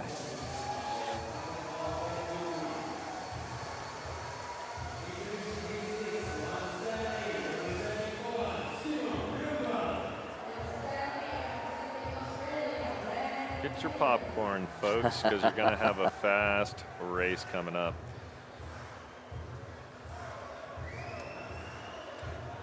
It'll be interesting to see if they can beat that 14.84. If anyone can do it, I think these 2 are up for the match. And Simon yesterday in the team competition was really, really impressive in the standing block chop. Yeah, unreal, his best chop. He was 6 hits in the front, 5 hits in the back. I mean, that is on world record pace. Athletes ready. Stand to your timber. 3, 2, 1, go. Look at those 2 beasts. Beautiful chop in there. Both to the second side quickly as these 2 guys really hammering away. I was a little bit lost in space watching these 2 guys go. Braden Meyer a 12.47 and Grönwald with a 14.98. That's definitely going to help Grönwald. He is sitting in 3rd place right now. Braden Meyer takes over the top spot again, so he'll get the 12 points out of this one, with Simon Grönwald taking 10 points home to the bank, and that means that Simon Grönwald is in a good position in 3rd place in the overall standings. Braden Meyer, Jack Jordan 1 and 2. And unfortunately, we're going to see a couple of guys get eliminated from the list here. We'll give you that update as soon as we get our overall standings coming up shortly. Yep, and there it is. Simon did what he needed to do. He stayed in the race. He got his log off in a fast time there. And you're going to see him get some top points and be on the top of the leaderboard. But Braden Meyer, seasonal best. Just I mean, absolutely he's just destroying performing. logs today. 3 points up altogether now to Jack Jordan after those first 3 events. I think he went into this saying, I'm going to win, and not only am I going to win, I'm going to try to beat that record, Matt Koger. And I think Matt Koger, a sigh of relief, says, I'm going to keep it this year, but he was coming for him. So he put a quick 6 in the front, I believe. Hard to see on the split screen there, but goes to the back and just absolutely attacks it. Tries to get it off in 5. You see that hit, almost get it. And that extra hit is going to miss a world record, but nonetheless get the win. Again, some tremendous pictures from our camera crew. Yeah, and you see there Simon, he just has a little short front. I looked earlier, and I did notice he draws his lines a bit narrower than most athletes, and it seemed to have him, well, I say struggle, but getting second with a 14.66. Imagine what he could have done if he opened those wood, right? It's unreal. So you see Braden Meyer with a season's best, and that OC actually means oceanic record. I had to check that out myself because that's the first time that I'm seeing that graphic with OC. So that means that's the records between New Zealand and Australia's. Got it, got it. So there we see Getting our a little overall knowledge standings today. I like it. Yeah, there's the promised 3 points lead for Braden Meyer. As you can see on our smiles, we're really enjoying ourselves. So good. Matt, have you, I mean, yesterday was crazy in the team competition, but this individual world championship seems to go exactly the same direction with everything that you want. The drama, it's like, get your popcorn out, you know, this is entertainment. Yeah, it's absolutely amazing. It's something we expected, right? We knew it was going to be close. But what we didn't know is that some of these guys are going to have little hiccups, and when they had the hiccups, it caused them to lose some points and going to have to fight back, right? We're talking about USA as one of those, and I'm looking closely there, as you guys know, so a little biased, but we'll see if he can kind of get his head right and attack these next ones, because I think he did squeak in. So, well, Nate Hodges is sitting in 6th place at the moment, so he's into the next round. We're taking the top 8 athletes moving on to the next round for the single buck and the springboard, and we'll get to take a look at that and see how it officially works when we eliminate the bottom 4 guys from our list here.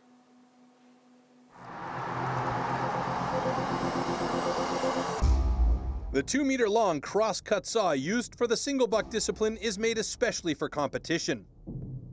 A series of consistently patterned 10-centimeter-long teeth are cut with a laser on one side of the saw and then hand-sharpened. Saw teeth are divided into 2 types, cutters and rakers, just like on the old-school saws. The saw weighs about 5 kilos, and its base price starts at around 1,500 euros.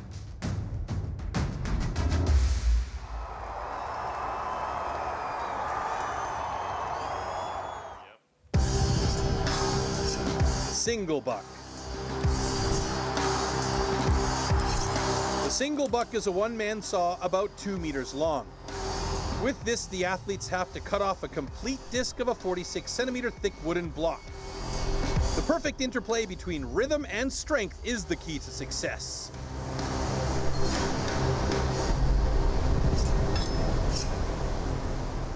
So here are our 8 athletes that have made it to the second round, and in Heat 1 it will be Marcel Dupuis taking on Koen Martens.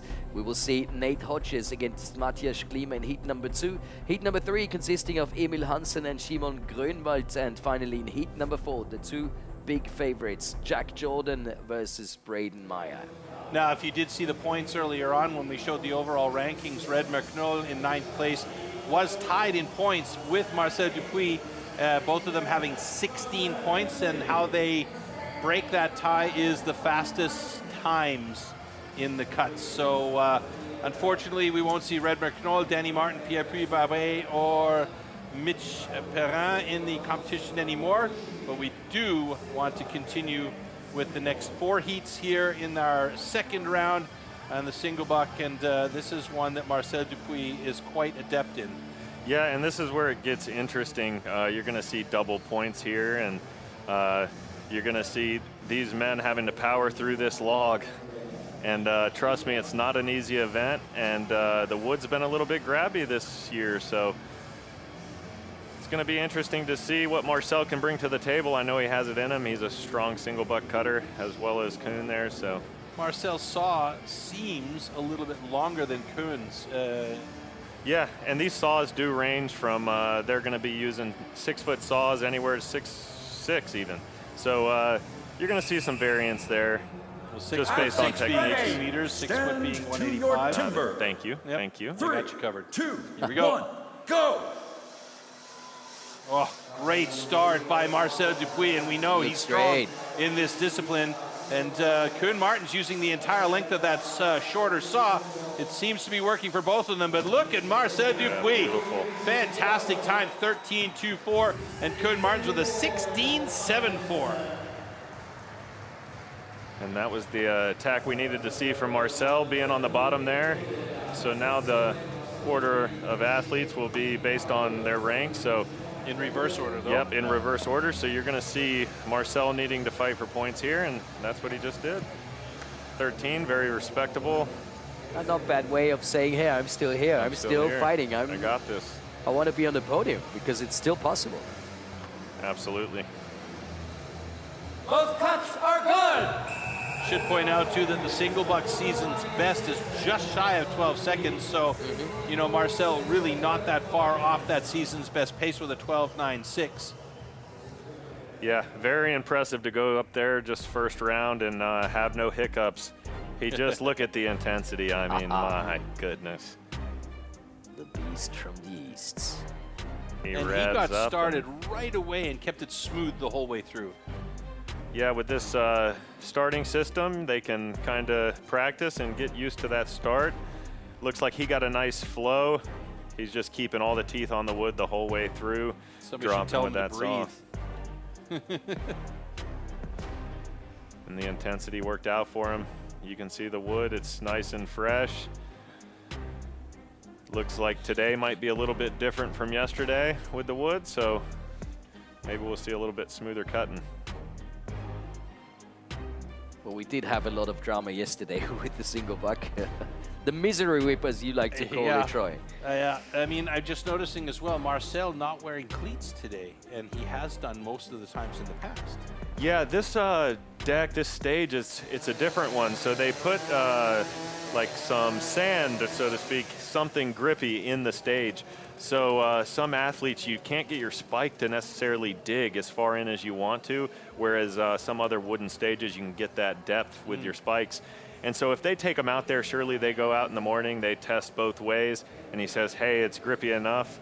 I got to go with the free feet and just hope that that's the right decision, right? Well, it looks like Nate's wearing the spikes on in this choice, so we'll see if that is the advantage for him.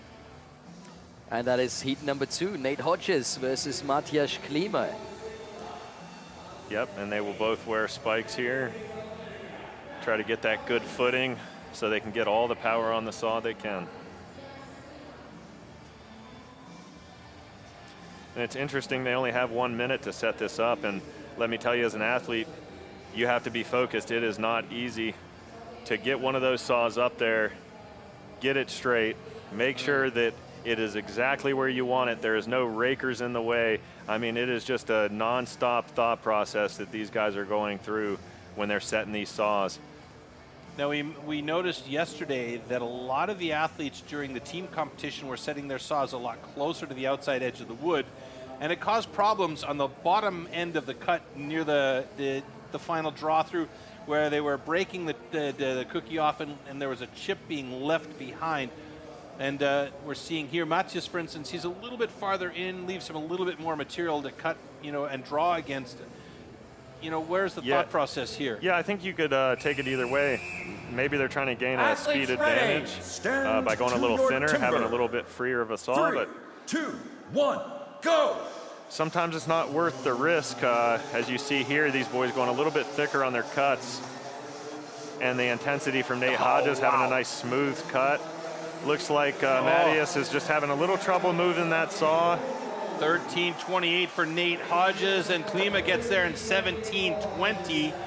So Klima will be sitting in 4th right now. That is still not a bad time, but that's not a world-class pace. Yeah, and I know Matthias has been training very, very hard for the single buck. He knew it was one of his weaker events, and knew that he needed to gain some time there.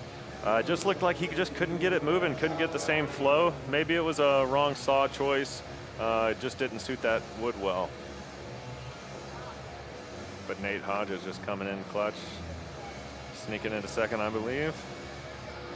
Both cuts are good. That, of course, is what we want to hear. 2nd best time for Nate Hodges so far. And you can see every 10th matters. Nate Hodges just out of 1st by 0.06.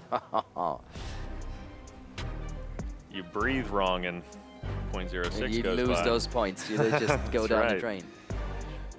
So yeah, you're just going to see pure intensity and power. He has gotten very technical with the single buck and put a lot of cuts behind it. So you're seeing a pretty even stroke. He tends to short stroke it like you see Matthias doing there a bit. They just might not have their feet right, might not be extending those arms as much as they'd like to be. But for whatever reason, Matthias is just struggling a bit more through the wood. Saw going a bit slower. Still good strokes, just not quite as fast. 16 points up for grab for the top spot in the single saw, as well as in the springboard discipline, which is coming up next.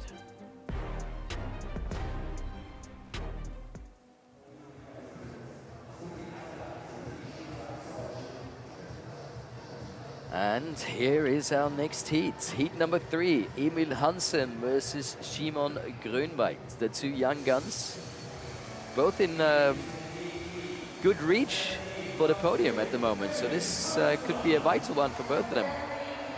Yep, and Emil getting a silver medal there a couple of years ago. I know he's going to want to build on that performance, and he's been there, he's done this. And I watched him single buck this morning, and let me tell you, wasn't very many strokes, so it's going to be impressive. Well, if he can pull out a full 16 points here, he'll have 40 points total, and that's going to put him in a good stead. So if he can have a really good fast run, he's going to set himself up nicely for the tree.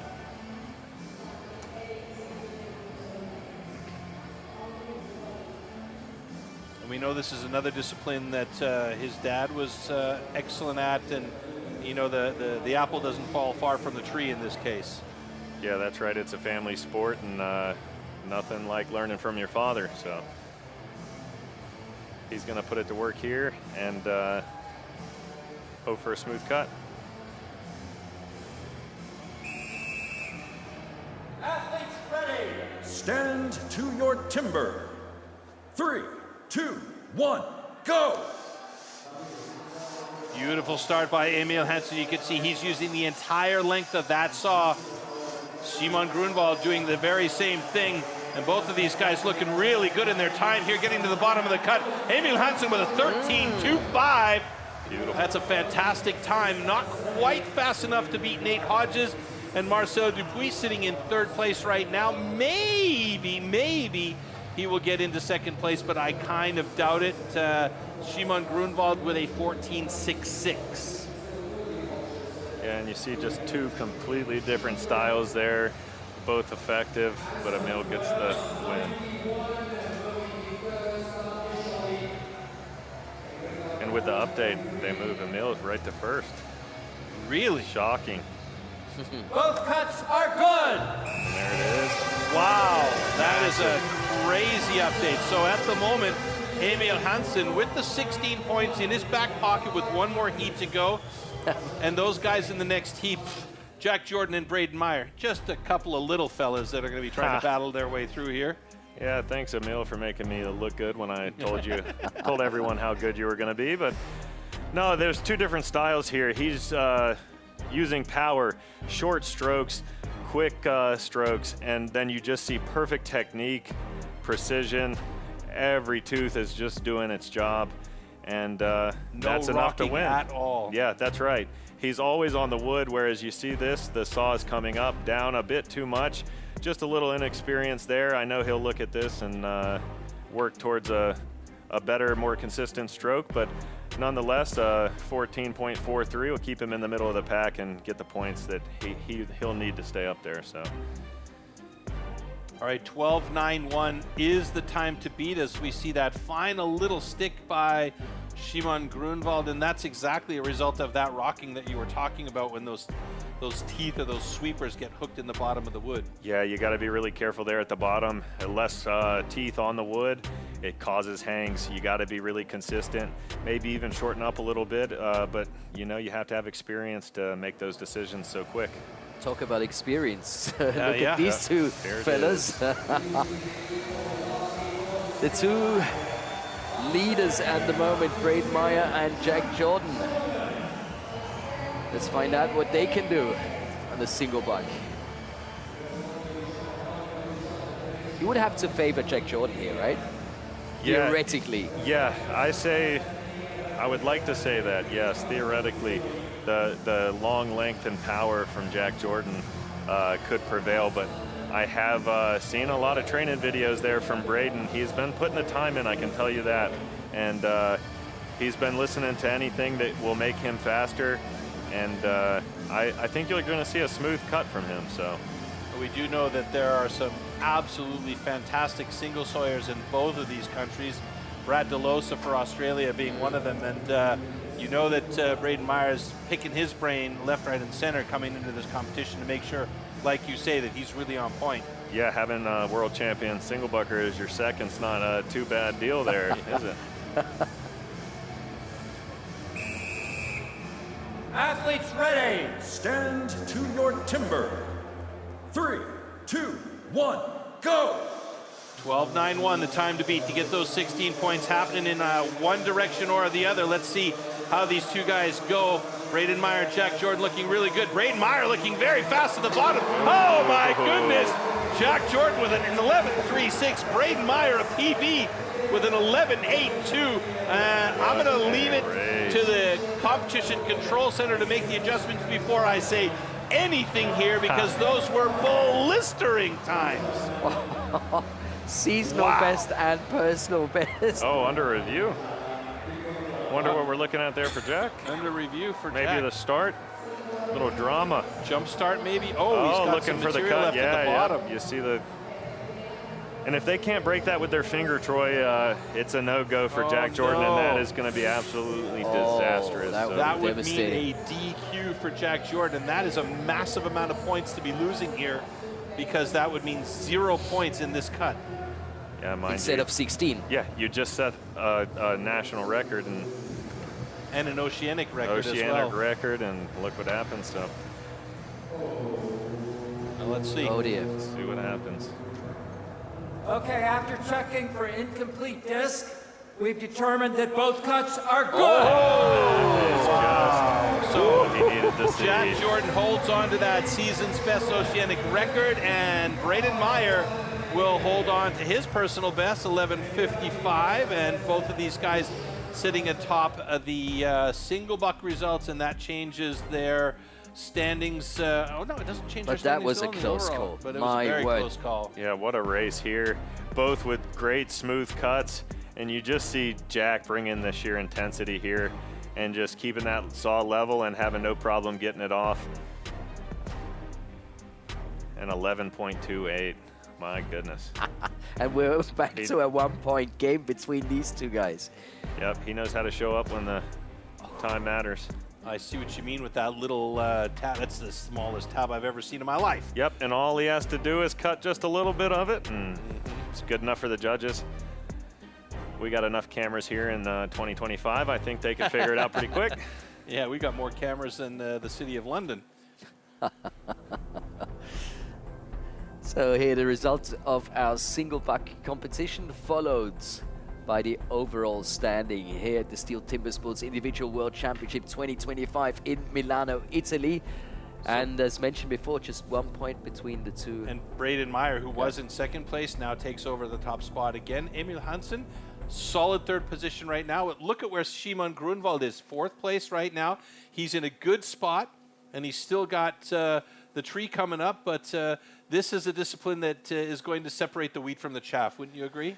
Yeah, and this is the time for those guys, besides the first two, to make their move, because you look and they're 12 points back from second place. I mean, with double points is great and all, but you got to get rolling here. You're trying to pick up 12 points with only 2 events left. So no more messing around. Yeah, no more messing around, and this is a great event for that. One of the most technical springboards. So. Yeah, you got to have it all in this event as well, and it can be so finicky for these guys because one small mistake, and you know, you're over a minute. And we looked at the times of these guys that are competing in the springboard. All of them have done the springboard in under a minute's time. So really, it's going to be a question about who can be consistent and fast in a very, very difficult discipline. But can it get any better? You know, we're going into springboards, and 1 point only difference. 1 point between these two guys. If you want to know what's coming up, well, here's everything you need to know about the springboard.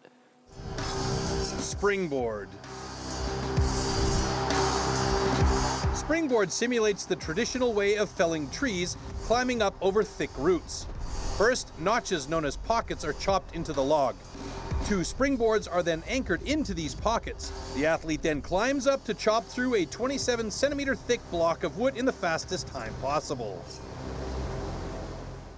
So let's take a look at the heats here at the springboard. Marcel Dupuis versus Koen Martins.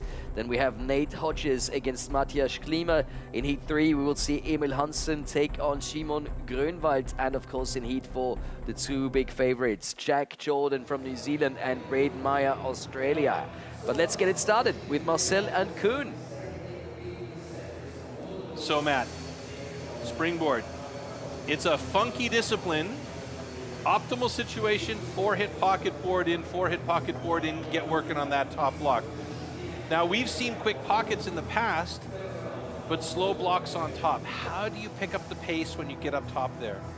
Yeah, you have to have a good board. Like you said, you want to go 4 and 4, but these guys have to make that split decision and ensure they have a good top pocket, because you get on a board that's even below level an inch, and you instantly lose all your power, and you have trouble reaching your hits, and you start missing, and everything goes awry. So, and you also have to step forward on the board in order to not over anchor or over tension that tooth that's in the pocket that you've made, correct? yeah, that's right, and that only makes for less power and more trouble. So. And also one of the most difficult and dangerous disciplines when you think about it being 2 meters off the ground with that axe in your hand. If that top board slips out for whatever reason in the middle of a driver, you could be in real danger on the way down.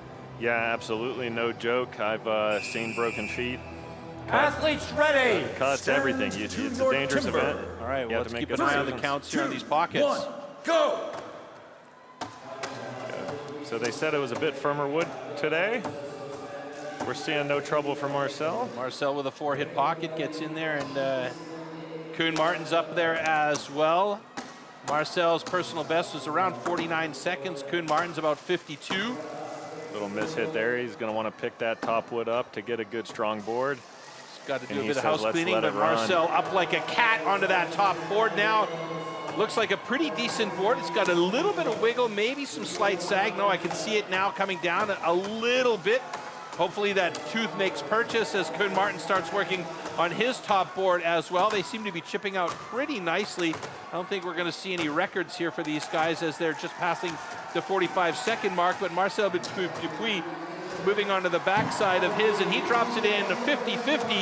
Hey, 50-50 chance, right? So nice job, and Koen Martin's staying fairly consistent, just moving past the minute mark here as he moves on to the second side of that block. And again, so many things need to happen exactly right in this discipline, Matt, in order for it to really, really be happening. And there's the celebration. There's the Matthew celebration. He Man. heard you, and he gave it to you. Nice. Yes, sir. He says, I don't have to win. I can still have fun. And isn't that the point? That is the point, and he does it the best. So good on him. And he's made it to the top 8 again. I mean, that is tremendous. It's unreal. He did tell me he had a bit of a tough training season, so it's great to see him just pulling it out and showing that experience. Love to see Marcel Dupuis just jump up onto that second board like nothing. Looks so great up top. Both cuts are good. Yeah, and with Marcel there, you saw him standing on the clip, but it didn't affect him too much. 50 seconds flat's pretty quick time. Might show that the top blocks are a bit soft. Good wood, good times. And as you said, Troy, there he's going to just go for a nice smooth 4 hits.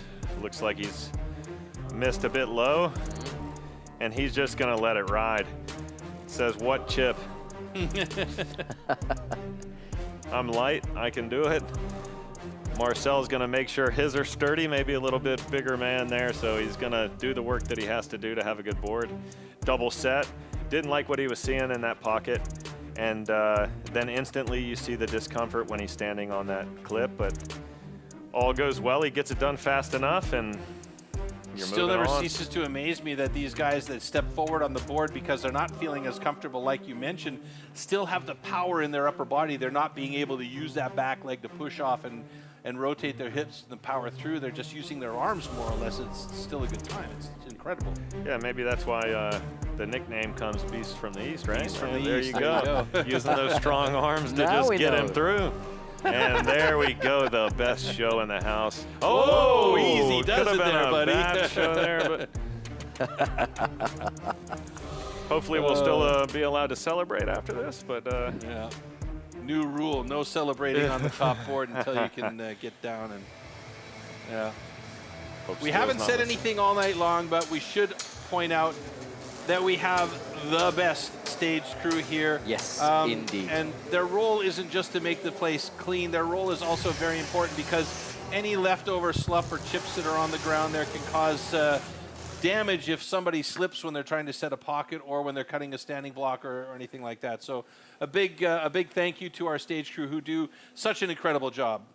Yeah, yeah, it really is amazing, and safety is the most important thing in these races, right?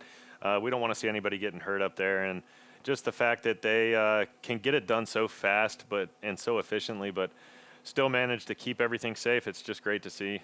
I mean, the development of the athletes has been tremendous, but also of this team. Yeah. Every competition, they get better and better. They get faster and faster. And of course, for you athletes, that's also something great because you can focus on what you want to do and what you need to do. Yeah, makes it easier for everyone. And the other thing that's really amazing to me this time around too is the time that they're taking to set up the trees has been like cut into quarters. We've never seen them set the trees up this fast between heats. It's amazing. And the crowd loves it. I think the Italian crowd's got them pumped up, huh? So Nate Hodges versus Matthias Klima. Nate's got a really respectable time with 41.26. And he needs to perform now if he still wants to get on the podium this year. Yeah. Yeah, I've seen him cut under 40 before, and he's going to need it here, that's for sure. If he wants to make it to that hot saw round, I think he can make everything possible in the hot saw, but any mistakes there. So, and Matthias, same thing. We'll just see if he can get a smooth run for a first time being on this stage. I know he's been practicing a lot on his springboard. So, Walt Page setting the current world record a couple of years back there at 35.43, which to me is still. It's like a gong show in my head thinking about the guy climbing up there and cutting through that in that amount of time. It's madness. Stand to your timber. 3, 2, 1, go! Oh, missed a little low there for Nate. He's going to have to go retake that, and he does, and just gets up smooth. Yep. Matthias having clean pockets here, doing exactly what he needs to do, and up smooth he goes. Matt just looking really, really good. Nate Hodges quicker on that second board as he's going to take that power to the top block now, and Matthias Klima will get going on that top block, and it looks like he's got a real nice board, nice angle, maybe a little bit too steep, putting him in a bit of an awkward position for those cuts, and Nate Hodges' board is about as good as it gets. Look at the pace. Yeah, he's going to really keep the pace on it, chop all the way through 3/4 of the way, and try to get it sliced off back. He's losing a bit of wood there, Matthias, in the far side. That might make it a little tough to get this log drove off, but oh my goodness, oh no, could that be a problem it? with wrenching here now for Nate Hodges? Yeah, I see that, but I think he will be all right. We'll see what the judges have to say about that, but there's nothing you can do when the fibers break, and it's just unexpected. But they will certainly be reviewing that, I can guarantee it. Yeah, they're going to head over to the Competition Control Center for a quick view of that one. You know that... didn't see a flag, though. I didn't see a flag, but very often they'll get a call from the Competition Control Center. And they should. If they want to, double check that, because wrenching, which is twisting of the axe, is absolutely grounds for disqualification. Oh, and there's the flag. Okay, there we go. So we're going to take it to a review. Yeah. So yeah, like you said, he can't gain any advantage by moving the axe in any way that's not a severing blow. Yeah. So if he is not hitting the log and he is moving that axe, he will get in trouble for it. So. But it almost seemed like to me that the axe drove in, got stuck, then it broke off. It's not as though he physically wrenched it. It was like the momentum of the axe is what happened on the cut through. So. And I think that's what you'll see here, that axe just stuck to the top of the log. He just didn't place that hit right, and so his axe stuck there. And that's where you're going to see the fibers just kind of break with it. So I really hope for Nate's sake that this is not a DQ, because that would more or less be the end of his night. Yeah, that's right. We've seen so many close calls, and all of them went well. Yeah. So fingers crossed, folks. This should not be any different, I hope. See if there was a possible wrenching on this stand A, Nate Hodges. We determined that his axe got stuck, and both cuts are good. There you go. And a sigh of relief. Yeah, big time for us here as well. So you're looking at second place. There's where the every second counts. Marcel just taking the lead there by about half a second. So it ain't much. I'll show you the half a second right here. When he misses this third hit, he's going to have to retake it, and that's a second. So crazy. That's crazy. Yep, he just hits that a bit low. I think he just rushed it a bit. Probably saw the wood was good and wanted to get that 4 hits in as fast as he could, get up there. Matthias with a beautiful run right under a minute. love to see it from his first time on the stage. This is something that we're seeing a lot more for the European athletes as well, because they haven't been busy with the springboard as much as maybe the North Americans or the Australians or the New Zealand athletes. And it's getting better. It's getting better. We're seeing more times dropping below the minute mark, below the 50-second mark. So this is a good thing. Yeah, they're traveling the world. They're figuring it out. Yeah, it's great to see. And that's right. He sure is. And it's just great to see him get under a minute and do what he knows he can do. And I'm sure he'll be very happy with that. And yeah, you see a little glance there too. Another second gone by Nate Hodges. Should have been easily under 50 seconds there in the high 40s. And he just had a few things just go wrong for him. So yeah, and he was trying to get the axe out to make that final cut, and that's when it came off. And this is the reason why they said it was stuck, no wrenching, so the fair cut. So that's at least good for him. And that means at the moment he's got 14 points to add to his total. And you'll see the judges discussing things in detail in the middle there, just to make sure that they're both on the same page and making sure that they feel things are fair. As we still have 4 more athletes competing in the springboard. Next 2 coming up, Emil Hansen and Simon Grönwald, both looking for a place on the podium in this competition. I don't know, Simon shouting something? Can't see it from here, but these two, of course, know each other pretty well. Even though springboard is not a competition where they've had to compete against each other many times, Troy. Yeah, Shimon, you know, obviously his first go around here at the World Championship for individual. It's going to be fun to watch him, because you know he's been working on this, and this is something that a lot of these guys, knowing they're going to come into this situation, are are going to be battling hard to try and make sure that they have this discipline on lock. Yeah, and when I say Shimon was shouting something at the judge, he doesn't seem to be happy with the tree. He's going to stand down, it looks like. Well, what could that be, Matt? Any idea? I have no idea from this, but he does look visibly frustrated. Maybe it's not his tree? Yeah, maybe it's not where he is supposed to cut. Without any audio here from the inside, we're not going to know until they get to it. He doesn't like the chain. Maybe he doesn't think it's as sturdy as it should be, and that is key in this event.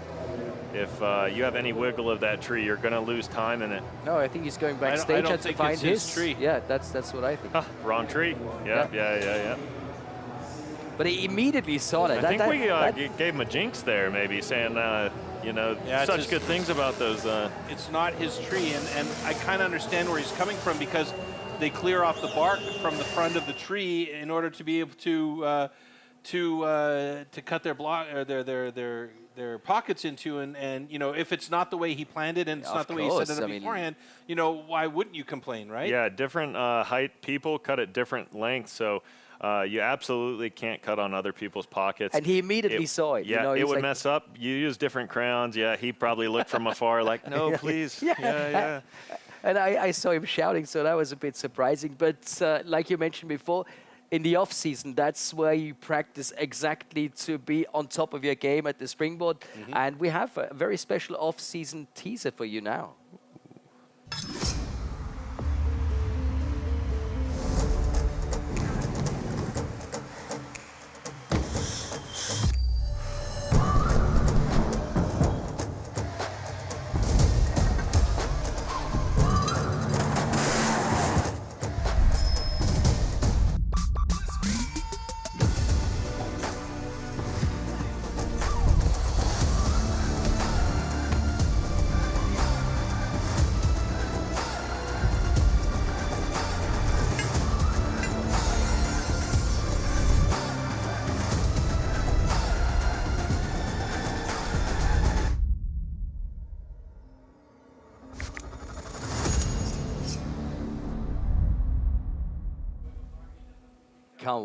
Can't wait.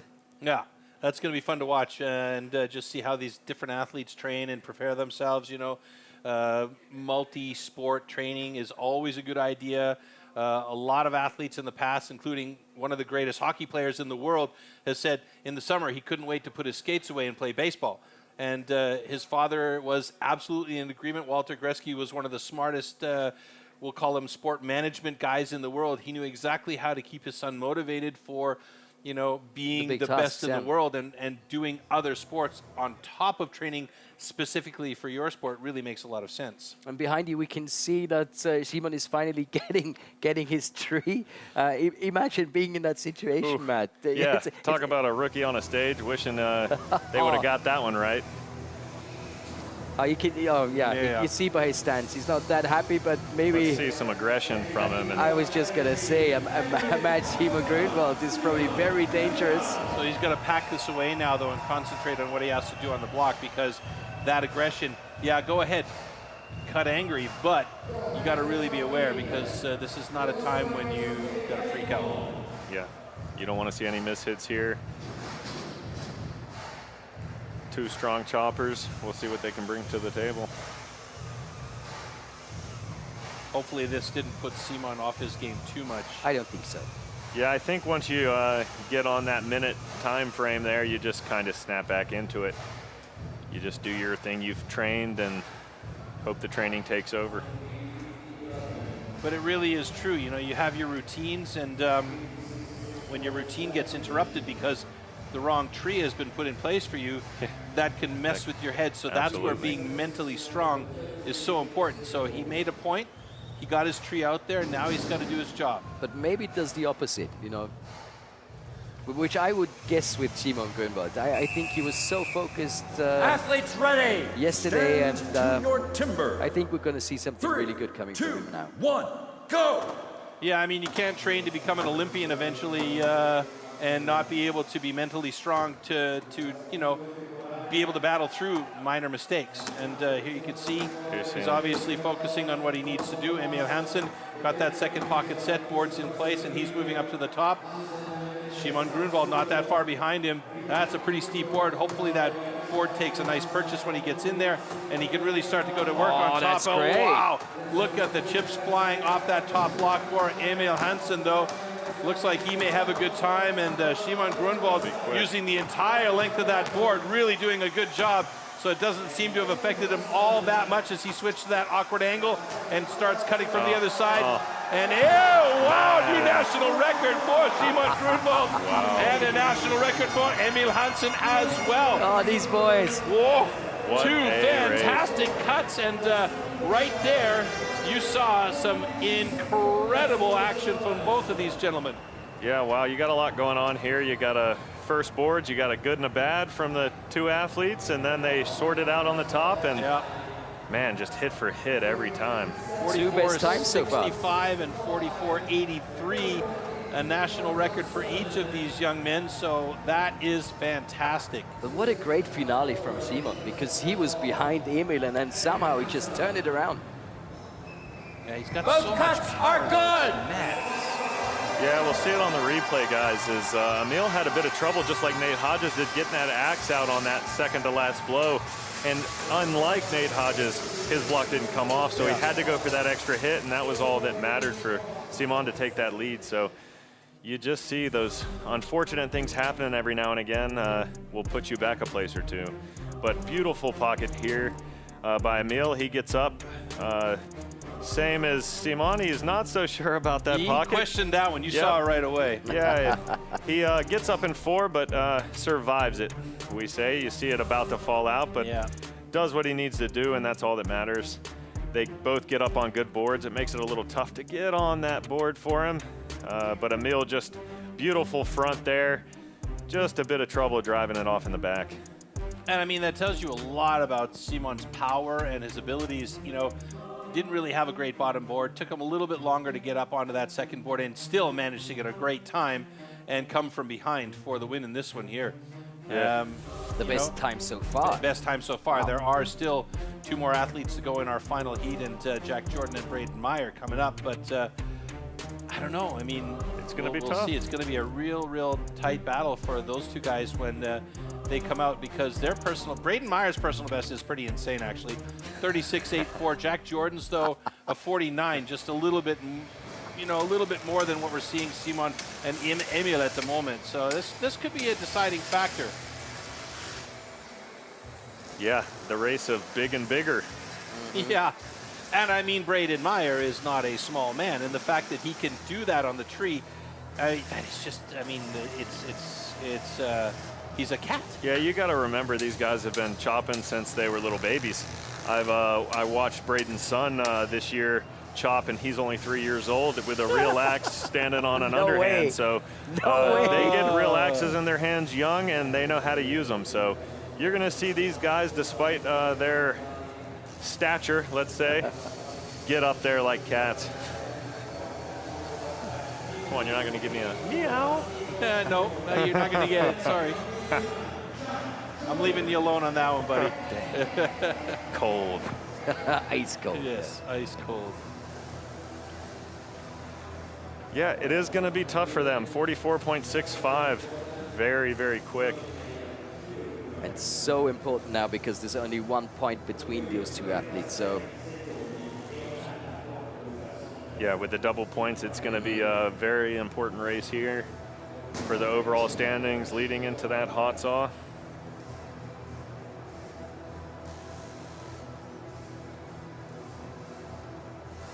And with the triple points in the hot saw, it's looking like only a 1 point difference. If we'll see if they can stay close to each other in these rankings. If they don't, you'll see the points split up and crazy things happen.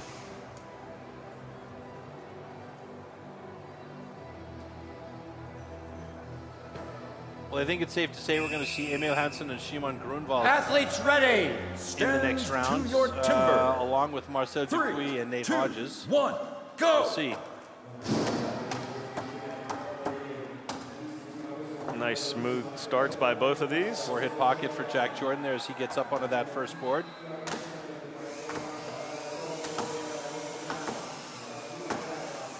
Yep, being extra sure about that top pocket. He goes 6 hits and knows he's going to be good and gets up there. But Jack, look taking at the that early confidence lead. of him, though. Unbelievable.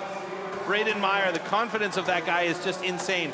He looks so solid up there as he starts working on that top block. Jack Jordan also really, really close to switching to that other side, which he does right now.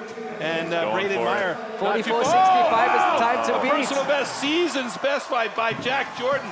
He absolutely obliterated his previous best time. 39.31 for Jack Jordan. A 42.91 for Braden Meyer. Two incredible times here, and those two move to 1 and 2 respectively in the springboard.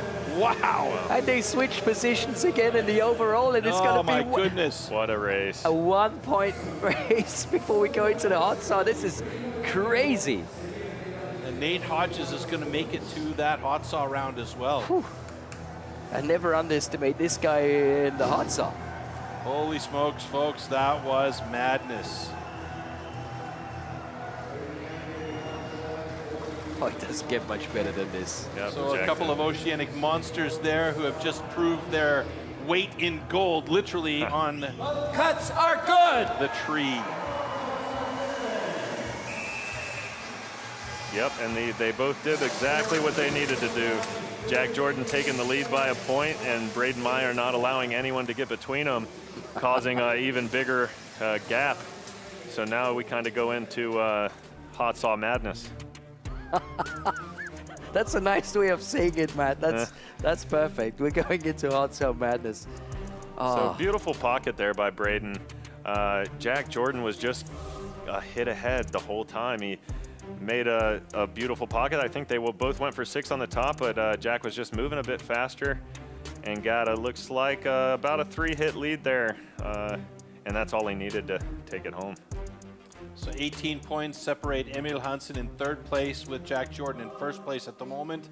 19 points separate Shimon Grunwald in 4th with Jack Jordan in 1st at the moment. So that being said, looking at the hot saw, and I'm not going to even try to attempt the math on it. No, please don't. Both Jack Jordan and Braden Meyer are in excellent positions, failing absolute devastating situations where they both get DQ'd here, which would leave the door wide open for Emil Hansen, Shimon Grunwald to try and get to the top spot of the podium. Unlikely it is. It's always a possibility. And you could always see it like Jack Jordan, Braden Meyer only 1 point apart, and Emil Hansen and Simon Grönwald only 1 point apart. Correct. So many things still possible. Here we have the final results of the springboard competition, and this will add up to the following, which is the one that we are really looking forward to, the overall standing. Just one switch there between Grönwald and Hansen. We will lose Matthias Klima and Koen Martens at the bottom of the list, taking our top 6 athletes. And as I mentioned, Nate Hodges does make it into the mix, but with 33 points, it's going to be a difficult road for him to get to the top there, if it's even possible. Yeah, with I was about to say, unfortunately, with only 18 points, I can't say I'm the best at math, but I'm looking at the math and it ain't mathin'. Seems like you're okay with that calculation, though, but yeah. Yeah, we'll see what he can do. He just set a world record in the U.S. Championship, so now he has no pressure. Let's see if he can maybe set another one. And he'll be the first guy to cut as well, so they'll take the guys in reverse order for the hot saw. You could kind of hear in the background the saw is being warmed up, and these things are I've never monsters. enjoyed looking at Troy more than today because we can see the hot saw warm up happening in the background, and we can actually hear it in our studio. No, this is yeah, it's shaping up to be an exciting finish for sure. It's looking like Jack Jordan and Braden Meyer there are going to be fighting it out there for that top spot, but the next 2 podiums are up for grabs here, and it's looking like it's anybody's game there for third. So, and the level of competition, it's everything we wished for. You know, we have the youngsters, you know, in the mix, and we have Jack Jordan and Braden Meyer, you know, just 1 point separated as we go into the hot zone. That's right. They're just working on pure perfection today, it seems like, just pulling ahead of the crowd, but everybody's bringing their A game, and you're seeing everything switch up, and it's just a great contest so far. So, and of course, we love to say the hot saw is the maker or the breaker. It is the best event. Let's be serious. This is the one and only discipline where the athletes are alone on stage. Yeah, probably the most important event, but yeah, also the most frustrating. These saws are so incredibly powerful and dangerous. Usually the hot saw is the slider. Hot saw, hot saw. Like I can't describe to you when we're out there under pressure. Starts well, first disc looks solid, cut is good. You know, you're always ending the competition on a hot saw, so you know where you're going to be at when you finish. So you're either at a real big high or just is what it is. Nice clean cuts, easy, relaxed.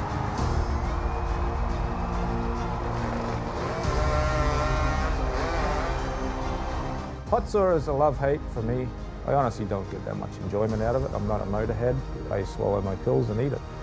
Once the competition comes, anything can happen. Start by Sterling Hart. What a disaster. Yeah, it was a disappointment for me. Happens though. It's part of competing. I saw there was 3 good discs there, but then they let that nose come right up underneath the crossover line. Unfortunately, a disqualification. It all relies on the hot saw. It went good up until the hot saw. I disqualified. I cut across the line. Yeah, there was a bit of interference, I feel like, in a big pressure situation, you know. Oh, probably last place. I don't know, headache. Yeah, shit hot saw. What else do you want? If you have bad luck or if you did wrong, it's part, just your experience. Oh my goodness. What an absolute disaster. The chain came off. I was not disappointed because everybody see that I can be with the guys in front. A bit of a disaster, so it was just operator error, and I didn't perform as well as I would have liked to. Nice safe cut. Oh no! Oh no! Never prepared for that situation, but luckily it started and I got 3 wheels and now I'm the world champion. Yeah, it's the make or break event, you know. I think you love it and you hate it. Das ist eigentlich immer ein geiles Ding. Ich schneide immer sehr sicher. Hodges super quick away from the wood. Every competitor in 30 timber sports countries around the world is watching on the live stream saying, I cannot believe what I just saw. Let's try to make 3 good cuts and no disqualification.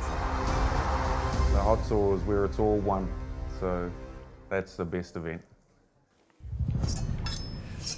So let's find out everything about tool and discipline. Here we go.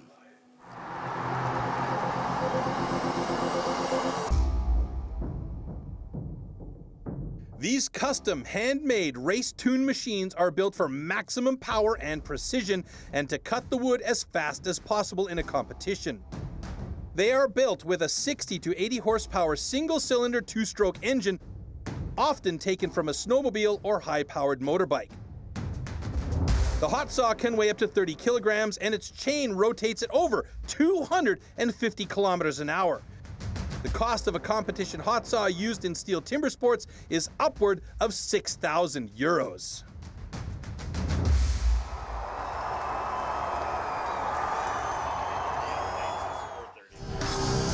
Hot saw. For the hot saw, power saws are called into action and the athletes have a space of 15 centimeters to cut 3 complete discs off a 46 centimeter thick wooden block. So here we have 6 heats in the hot saw. Of course, the athletes are on stage all by themselves now. And we have the crazy situation that Jack Jordan and Braden Meyer only separated by 1 point, and Emil Hansen and Simon Grönwald also only separated by 1 point.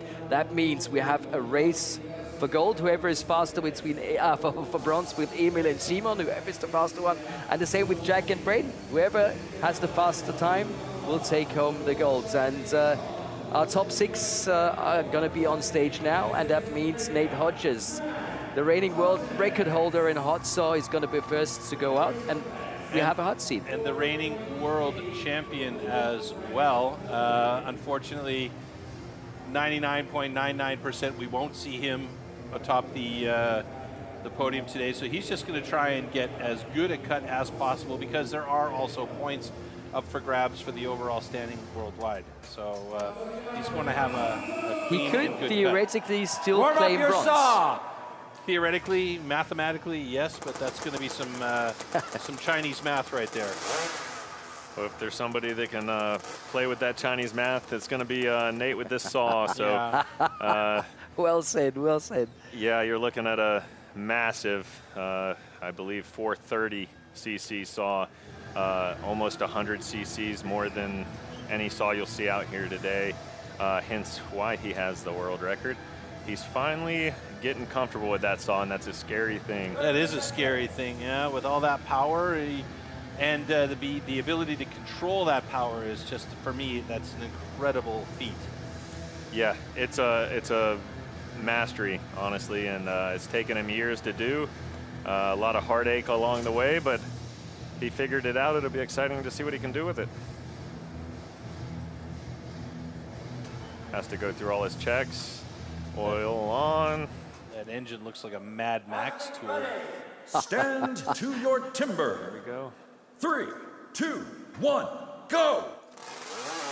Boom. Oh, no. Not his day today, huh? Yeah, that's right. 820 for Nate Hodges. Big cutout on that second cut, and we do have a flag on the play, so maybe he took too much material away and cut the line. Yeah, and I believe that third disc is also incomplete. I'm not sure that he got it fully, but yeah, that line is completely gone. When you're trying to go for a record and you got nothing to lose, yeah, you got to go for it. Sometimes these things happen. Yeah, and it's the only thing you can do in that situation.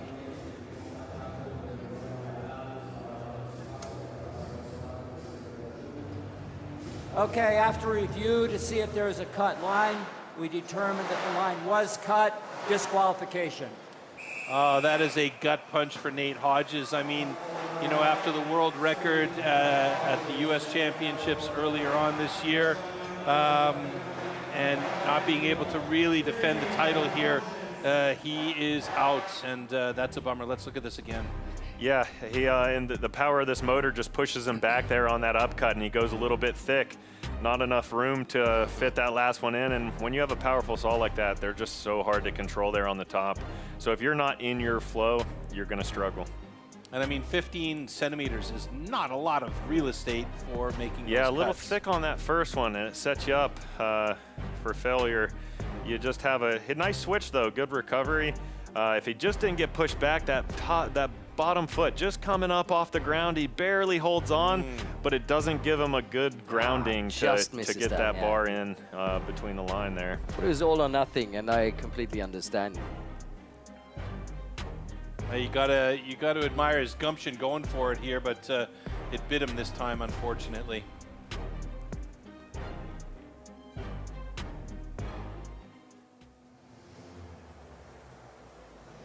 So no medal this year for the still reigning world champion. So who's next up? It's going to be Marcel Depuis. Shall we do our maths again? Yeah, another guy trying to long shot fight his way into that podium. On 34 Maybe he now, drank some with maple syrup points. before this. Yeah, would be 52. So if Emil and Simon both get a DQ, for instance. Yeah, and Marcel usually cuts pretty secure. He's very, very consistent, as we've seen today. You mentioned this actually, Floaty, how his consistency is really a game changer. You know? Oh, and it was impressive seeing him in the training camp in Switzerland. He's super calm, super consistent, very focused. And he's in the top 5 of the Stihl Timbersports World Championship 2025, so looking a little bit like Santa Claus right now. 5:43, holding the national record for Canada. That is an impressive time as well. Yeah, he's had a lot of work with that motor, and he's very consistent. So I expect to see a nice smooth run from Marcel. Might also get a wild hair and try to go for it here. Why not? I can't see Marcel, you know, getting outside of his own skin in this one. Right. I think he's just going to try and go for a nice, clean, consistent cut, get the time on the board, and see where the chips fall. And put the pressure on the boys. Yeah. No problems on the warm-up.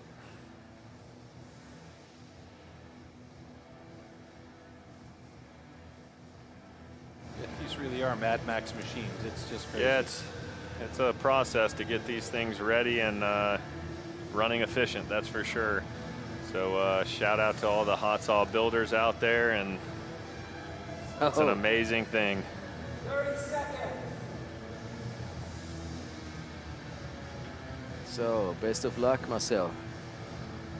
Yep, checking his tether, checking that oil, making sure it's all right, making sure the feet are right. Gonna put those hands up, and it's all history after that.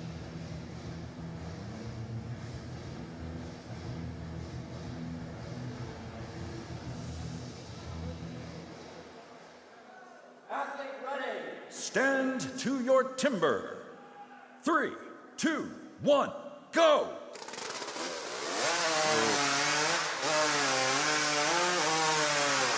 Oh, nice cut. Bit of a tag on the top. Hopefully Yeah. that disc is secure. A 6:17. That's a solid time. Yeah, great recovery. Yeah. Unreal recovery. But that last disc looked super That thin. ran away. Yep. Yeah, and it looked ran away on super him. thin. Yeah, right off the start, it looks like his saw kind of jumped up a bit on him. He just couldn't get that back throttle and get control on it fast enough. And But with all that routine, just, yeah, overcame it and then just hammered down. Yeah. So that's the time to beat, 6:07. Looks like we're going to have a good cut. Your cut is good. So Marcel, as usual, staying consistent, got himself a safe time of 6:07. That's what the guys have to work on now. Yep, and we see him move up to that unofficial podium spot there. So did all that he could do here. Just a little bit got away from him there on the start, but he got lucky. And this last cut, though, is amazing. Just bang. Just right gets in there. it right in. Yeah, sometimes when you hold that full throttle out and just let it all ride out, it's almost better. Oh, so thin on that far side. He was playing on the edge there, but gets away with one. Wow. That last one was also super thin. Thin to win, though, right? Yeah, he came to race. I don't know. I like to say thicker's quicker. Maybe in the hood. Yeah. No, there is something to that with the thinner discs, is just less tension on the wood. So they do tend to be quicker, but with these hot saws and the power they have, it's not really going to matter, right? Yeah, that's I mean, we're talking about thin to win really when we're dealing with the stock saw or perhaps the single buck. Yeah, absolutely. But then, you know, you have to take that margin of error with the single buck, as we saw earlier. So if Shimon gets a time now and not a DQ, he will be the first athlete to sit down on a hot seat. Simon is actually, I believe, but with 18 points, he would be 63. Oh, yeah, you're right. You're right. Only silver possible. That's not perfect, but no. You're right. You're right. With Emil, it's the first. Yeah, but it's not gonna. And for his first, he's not gonna sit down on. Yeah, it's fantastic. My God, yep. He has a long career ahead of him after he gets done through his Olympic stint, I've heard. So I'm excited for him.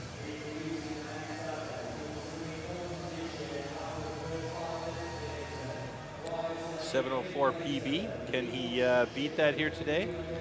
Look at that beast he's playing with, huh? Yep, this is the first Wankel of the day you're going to see. And I know that might sound funny, but that is what it's called. It is a Wankel motor. I love the sound of the Wankel motor, so, eh? Yeah, they Deep, are throaty bad. growl. That's right. Yeah, it sounds like you got a drag racing car up here. But I can assure you they are the smoothest running saws. Believe it or not, they might be the loudest, but they are smooth. Warm up your saw.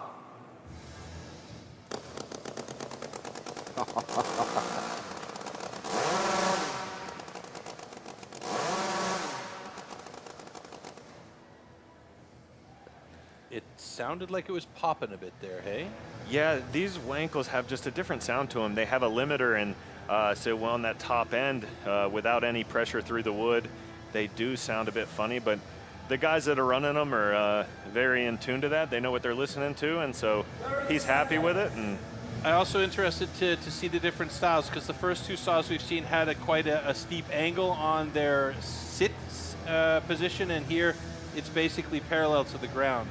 yeah, you see a different balance saw here, a little bit thicker bar too, and you can see that play in with the switches. He might have to come out a little bit further, so but those are the kind of bars they have to run on these saws. So it just is a matter of what saw you have, and you just have to go with it. Ready. Simon fighting for a medal at his first World Championship. 1, go! Good. Good start. Good. Beautiful. Oh, it's good time, 7:20. Not as fast as Marcel. And we do have a cookie cut that's cut out, so we might see a DQ here, unless they can puzzle that thing back together. What looks like it's going to be okay. Rich Hallett grabbing the pieces right there. Jacek Grunwald looking on. Yeah, I'd be nervous as a dad as well. Right, a long day for him watching his son out there. But it's over now. Good cuts, I believe. I hope so. Your cut is good. Beautiful. So Shimon is right now in the bronze medal position. Exactly. Let's see how long that lasts. Yeah, it was just a nice, safe run. He did what he needed to do for a rookie coming out here, maybe with limited experience in the hot saw. He did what he needed to do, and that's pick up the saw, be nice and smooth.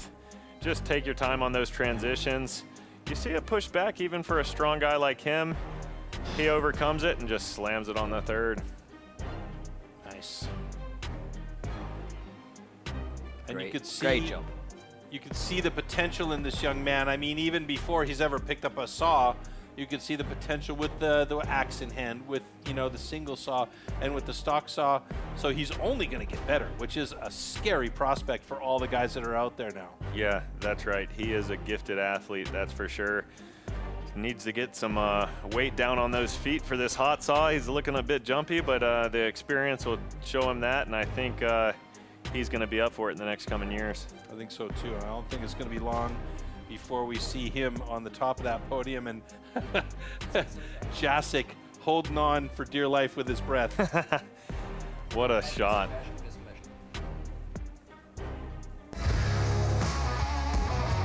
Stand to your timber. 3, 2, 1, go!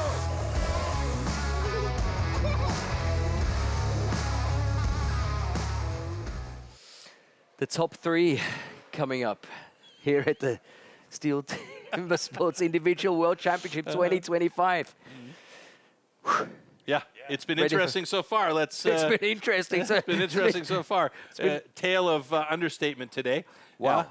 I mean, Shimon Grunwald's cut, I like it, and like we were talking about, this kid is a gifted athlete, and there's going to be a long history of sad faces from, the old school athletes that are out there competing against him as he starts to gain that experience and becomes better and better and better.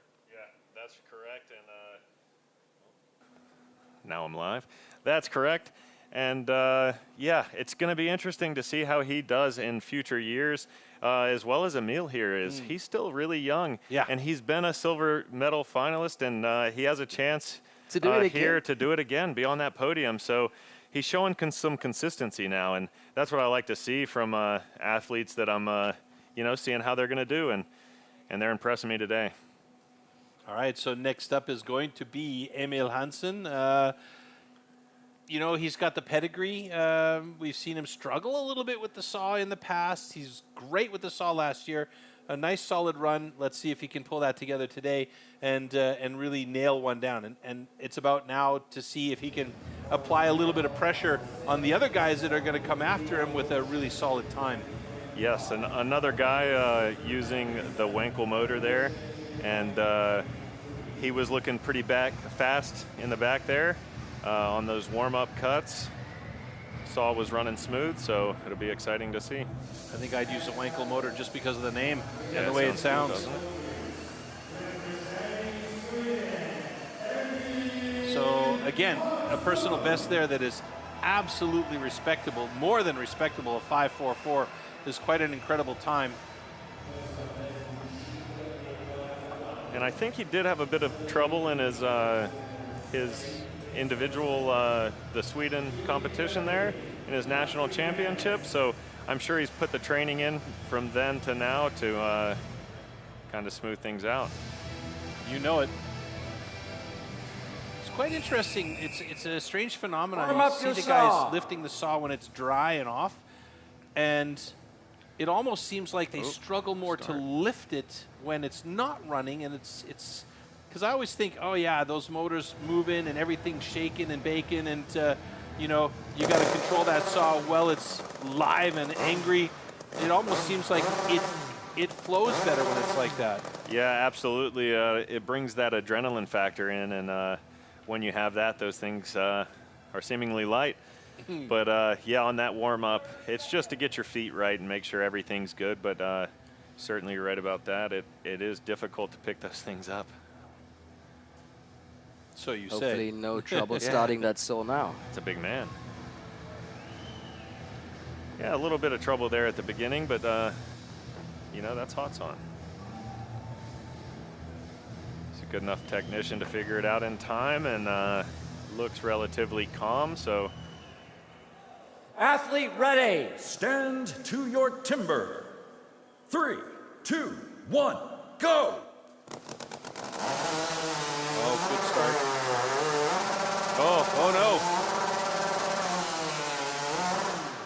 no. He got that bar a little bit too far into the wood there. Didn't make a complete cut.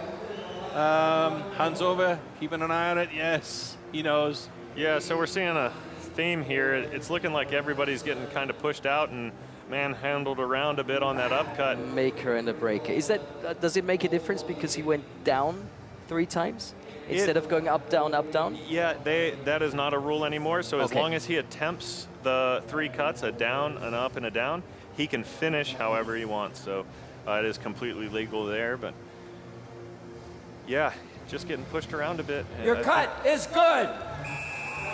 So Emil Hansen with an 8.70, and I think we'll see in the replay, and you can pick it apart as well, Matt, that when he goes on the upcut, the tip of the bar just disappears into the wood and he doesn't complete the upcut, so that's why he's got to go for those 2 down cuts. Yeah, that's right. And with this harder, fresher wood here in the hot saw, you're seeing everybody get pushed back. Oh, yeah. Significantly. Yeah, and everybody's recovered until now, and that's what happens. You just don't nip that fiber in the far, and you don't realize it till it's too late, have to go back for it, and you're going to lose. And that, of course, means Shimon Grünwald has a bronze medal. There you can see it's... Got to be happy with that. Oh, yes. I mean, first timer, yeah, I would say you could be happy with that. Came close to the line on the bottom of the cut as well, really close. One more angle. And it did look like maybe that chain was going a bit slower than the last couple of heats, so maybe that's something he looks to this next year to try to speed some things up a bit. Yeah, what really pushed him back, didn't it? He wasn't ready with that back foot. Just wasn't prepared. There's a lot of factors that go into it, and could have been the chain, could have been the hard wood. But yeah, just couldn't keep his feet on the ground. I wonder if he could have saved a bit of time by finishing off that cut and then transitioning for an upcut. Maybe that would have been another problem for him, though. Yeah, right. Yeah, you start running out of wood fast when you get out there. And now we're ready to find out who's going to take home gold from Milano. Either this man or Jack Jordan. In 2019, Braden Meyer struggled to get that saw started, got it started, had a fairly slow cut, but by virtue of the sheer amount of points he had leading up to that, he got the World Championship title. Here today, he has 63 points, 1 point behind Jack Jordan. Now, we know that he's been working on it. He's going to have a consistent cut, hopefully. And if he does do that and he applies a bit of pressure, Jack has that advantage, though, of watching the whole thing pan out and knows exactly what he's going to need to do when he gets up on stage. So it's really up to Braden here to do a good cut and make sure that Jack is under immense pressure with his cut. Yeah, it's going to be interesting to see what he decides here. Being a point behind, he does have to make 3 complete cuts to get that gold. So do you play it a little bit safe, get the 3 cuts, or do you just go for it?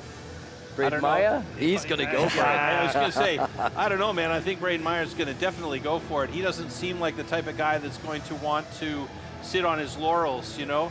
You didn't see that with the team competition yesterday, and I'm pretty sure you're not going to see it here. And he's got silver for sure.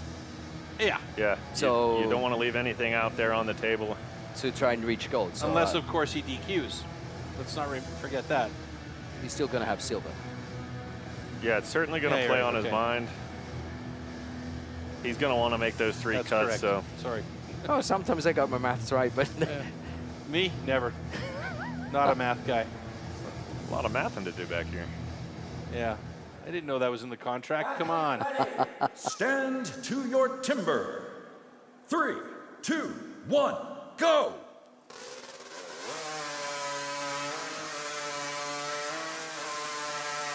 Oh, good clean cuts by Braden Meyer. Nice.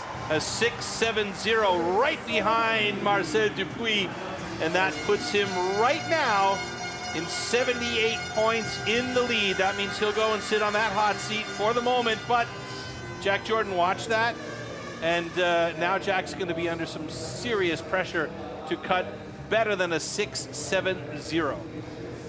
And it's a personal, after adjustment, a 6.48 personal best. So it makes it even harder on Jack Jordan now. Yeah. Oh, this is a world championship. This is indeed. Personal best respect. Yeah. Yeah, and well done, sir. Yeah, it'll be interesting to see how this all shakes out. Now, nice smooth cut. He just had a little bobble there at the top, and I think if he does get beat, that he'll be looking back towards that. But after that, he just absolutely attacks it. He knows he has to get going. Yeah, but how good were those cookies? I mean, Just three thin thin and ones on beautiful. the deck. I mean, that was fantastic targeting. Look at Yeah. this. A little tap. Certainly. What's that, about a 1.5-inch cookie? Same, consistent guy on the has second so one. much power. Absolutely clutch performance Yeah, there. he turned it a little bit on the bottom of that last cookie, but you know, who's counting? Yeah, yeah, and he's just doing what he needs to do, right? If you got to turn it in to get it complete cuts, then do that, get your points, and move on, and hope they mess up.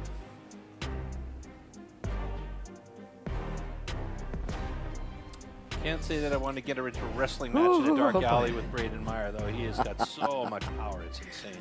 Yeah, you don't see it pushing him around any. No troubles there. Just nice and smooth. Another day at the office for this man. Bracing and, against his leg on that upcut, which is something that we didn't see Emil Hansen do. Yeah, Saw absolutely took key. control in that one. Absolutely key. And he put the pressure on him. All right, good job by Braden Meyer. He is now occupying that hot seat with one athlete still to go. And he's the only man that can really take it from him, and he just needs to have, you know, a bit of time. couple of 5, 8 seconds, 9 seconds. If he has a good clean cut, he should be fine.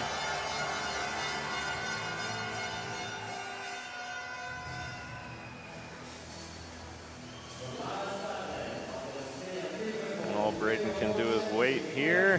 He needs at least third place speed of 7:04 in order to tie Braden Meyer at 78 points.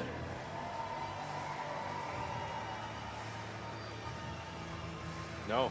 Yeah, second. he needs yeah. a second. He needs to have six. He has to beat the 6.48 Yeah. to take this home. Again, to bring not that a first math goal. guy.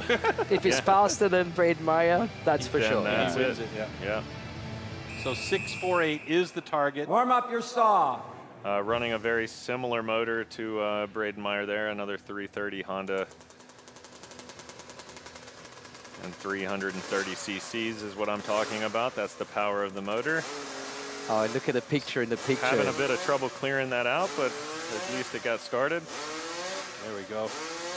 And pure intensity there on Braden Meyer's face. Wow. Who's going to be our Stihl Timbersports World Champion 2025? Will it be a repeat for Braden Meyer after 2019, or will it be Jack Jordan's first ever World Championship title? And that would make him one of the formidable Timbersports athletes, having three-peated in the trophy format and now potentially taking a World Championship title here. Oh, can you feel the tension Oh my goodness. in the arena? Hair standing on end. And it's super quiet. Athlete ready. Stand to your timber. 3, 2, 1, go! Good start. That should be it. That's it. 6.30. 6.3. Oh my God, a personal best for him as well. If those cookies stand up to the inspection, that means Jack Jordan will be your new world champion. Let's see if it's official. We'll wait till he comes down into the decision zone, and Rich Hallett will join him and let us know if it is in fact a good cut, but it looks like it's going to be okay. Very much looks like it. Yeah, super smooth run. Your cut is good. There it is. Wow. Jack Jordan with a Smile come 6.30 cut. And excuse me, 6.16 after adjustment. So even better. He knows it. He is your new world champion. That is it. That is your 2025 Stihl Timbersports individual world champion. I don't think he can believe it yet. Yeah, it very much looks like it. Imagine all that pressure that's falling off you at that very moment. Yeah, and I don't think... Voglio ancora una volta un applauso, Jack Jordan!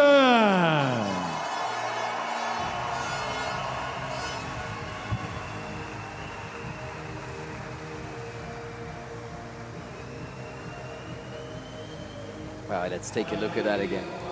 Yeah, I don't think anybody wanted it quite as bad as this fella right here, and you can see that in this last race. He just pulls out the consistency here, just nice smooth start, steps right into it so he doesn't get pushed back, a nice thin disc on the second, and just bring it home, nice tight switch, and that's all she wrote. Yeah, it looked good. I mean, he hopped a bit, but then jumped in and, yeah, looked real nice. Braden Meyer knew it as soon as he saw that last cookie drop. He stepped up off of the hot seat and was like, yep, I saw that. And, yeah. But I mean, two absolutely formidable athletes there, those two guys. Absolutely amazing. Yeah, what a tight race. Yeah. I mean, 1 point separated them more or less the entire evening. Yep, and then 3/10 decides it all. That's right, it's 3/10 of a second. The quality of these two athletes is tremendous. That was a brilliant.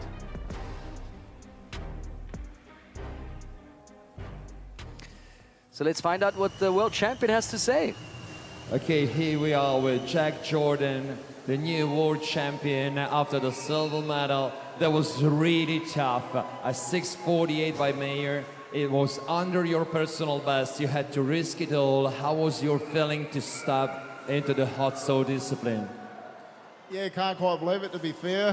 Leading into that hot saw, I was reasonably confident with the hot saw. I'd been training pretty good with it, but getting up on stage and putting down 3 cuts, that's a different story. Yeah, so pretty happy. Abbastanza contento, molto contento perché avevo confidenza nella hot saw, però comunque era veramente molto stretta. This is the world title. What does it mean, the world title for you? In that incredible battle with Meyer, because it was so tight until the end. Yeah, can't quite believe it, to be fair.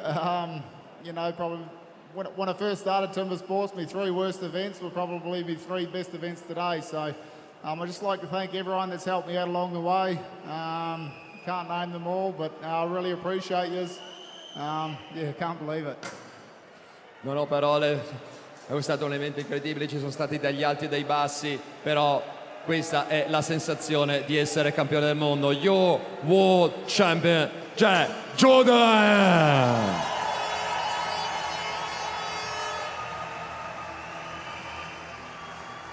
My 3 worst events were today my 3 best events. That's a statement in itself. Yeah, that's how you win world titles. Yep, that is true. And I mean, we talk about it quite often, you know, especially if we go back to looking at the tree, the guys who have been typically not so solid on the tree have been really making strides to get good on that springboard. And, you know, that's just one aspect of the whole thing. And, you know, what a great job today.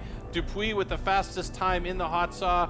Jack Jordan, 2nd fastest time. Braden Meyer, 3rd fastest time. And just a slight jump up. And look at that. Simon Grunwald going to be in the bronze medal position on that podium today. So his 2nd bronze, very winning good bronze job. in team and in the individual world championship. He will be very pleased. Yeah, that's a pretty decent day for Poland, huh? Yes, I mean, what a great competition. Yeah, absolutely. It was unreal. How did you Just feel the down to the tension end. watching it and commentating it and I instead know of how being on they stage feel. yourself? Yeah, it's just top notch what we saw there, and I think Jack, what you see is a guy that got 2nd place last year, and maybe took that a little personally, and comes through and works on his hard events, his bad events, and does great. So just top notch all day long, and he's just picking up points, top 3 in everything, I believe. So there's just no weakness there, and yeah, he knows hot saw is important, so said he did some training, and that's what we like to see from those top athletes. Very impressive performance. And he got himself a personal best in that performance as well, you know. And I mean, it was nerve-wracking. I mean, I've made a mess of my pen because it was so nerve-wracking. And I was like, it's unbelievable.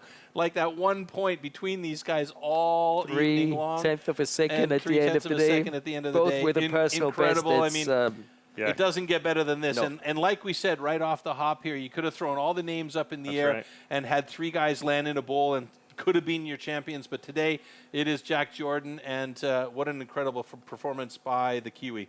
Yeah, very impressive. And it was impressive by all 3 of those guys today. they were just holding it together. It was a dogfight till the end. Keeps going back and forth. That's what you want to see in these races. Emil, you have to put him into the mix as well. So those top 4 guys just were really killing it today. Yeah. Just really consistent, and I think that consistency is the importance here, the difference maker that we saw to get those guys up to those spots. Yeah, for sure. I mean, you know, the consistency of Marcel Dupuis as well. We talked about that right off the get-go. He stayed into it more or less the whole day. I mean, okay, he's got 5th place today, but, you know, he was right there along the lines for a good portion of it. Struggled a little bit in the stock saw, but after that, you know, he stayed more or less on point, and, you know, we saw his hot saw was the fastest of the day. What about Nate Hodges? That's not going to be his favorite day to remember. Yeah, absolutely. A big shocker for us Americans here, I'd say. Just little things going wrong all day. And I was just going to say, from the very beginning all the way to the end. Yeah, it's a tough race to keep your head in the whole time, and you just see it just slip away, just slowly and slowly.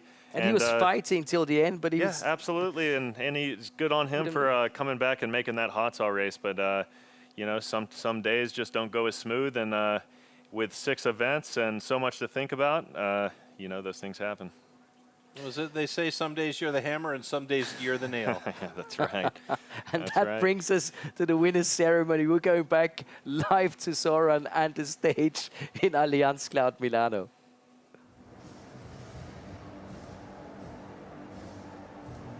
We hope.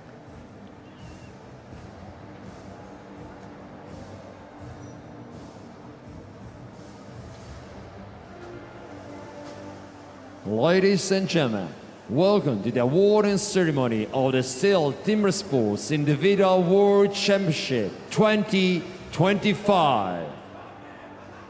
Terzo posto e medaglia di bronzo. Third place and winner of the bronze medal, representing Poland, Szymon Grunwald.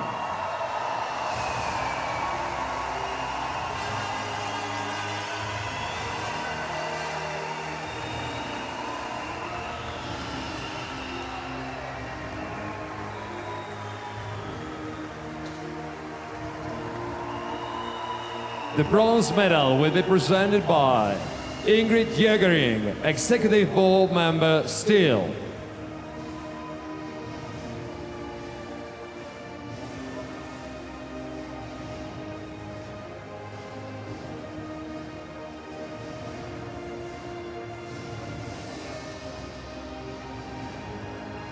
The bronze medal for Szymon Grunwald.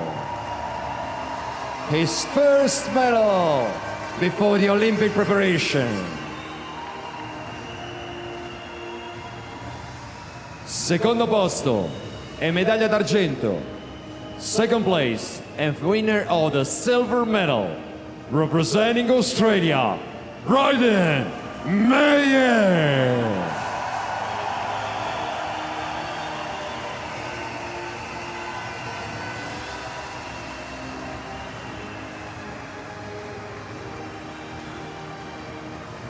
The silver medal will be presented by Simone Beretta, Area Sales Manager, Liebherr, Italy.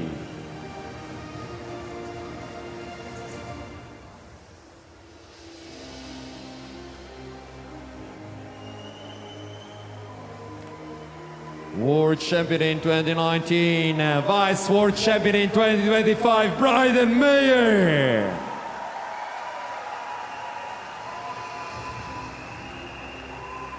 Primo posto, campione del mondo e vincitore della medaglia d'oro.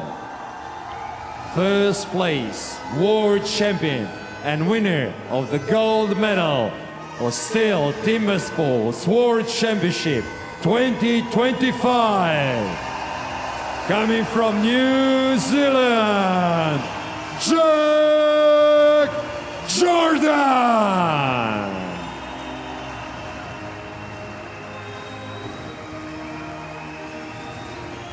The gold medal will be presented by Massimo Gallo, General Manager, Stihl Italy.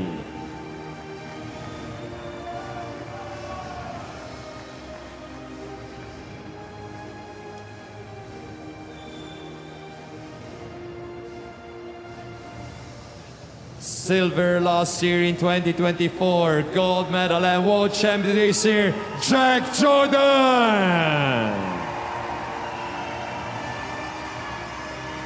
And the trophy will be presented by Michael Traub, Chairman of the Management Board, Stihl.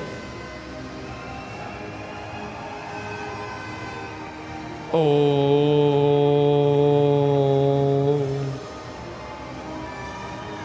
Jack Jordan!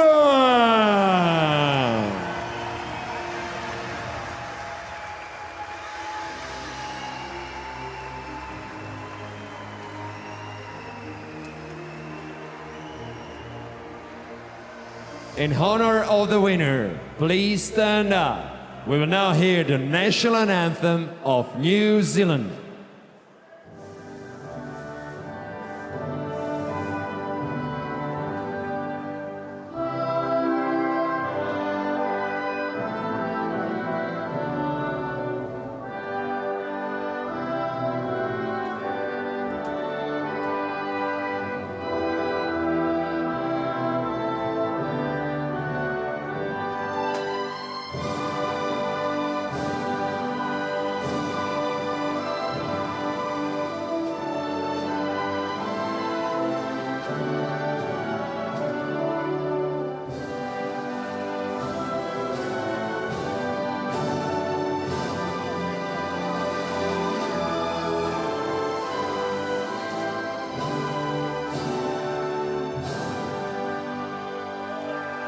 Simon Grunwald, Brian Mayer and Jack Jordan!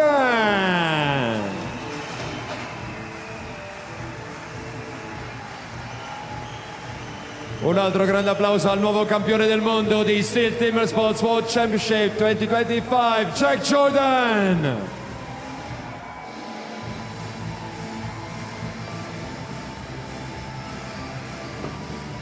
And please welcome on stage all the athletes of the Stihl Timbersports Individual World Championship 2025. Thank you to all the athletes, all the crews, to the Stihl family. Thank you to all of you, to the public here in Milano. Fatevi un grande applauso, siete stati fantastici. Milano, grazie!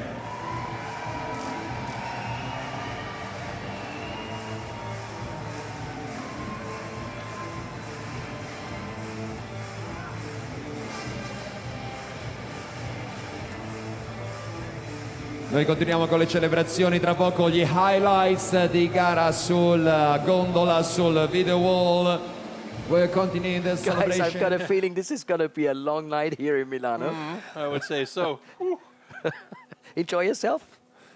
Yeah, it was a blast. I mean, I love it. Every time there's something different. Every time there's some craziness. But today was particularly wild. It was a fantastic competition, following a fantastic competition yesterday. And I mean, we've seen everything this weekend. It's mad. I wouldn't have it any other way. Yeah, I loved being with you guys here. So that's a good job to have. You guys have been fun. So you made it easy. It's been great. But yeah, what a race to watch, right? You just see Braden take an early lead. You think he's going to start dominating like he knows how to do. And then here comes Jack Jordan, double point events. He says, give me those. And he gets first in both and just brings it all together in the hot saw. It's really impressive. And let me tell you something, guys. After the World Championship, of course, is before the World Championship. Yes. And we're going to be in Stuttgart next year. So don't miss out on that. Oh, yeah. Really good memories of Stuttgart. Like, what a beautiful city. I have never been in front of this big crowd. There was going to be 6,500 people in Porsche Arena. I think everybody's going to be on their game. Definitely my favorite arena. Probably going to be unlike anything I've been competing in front of before.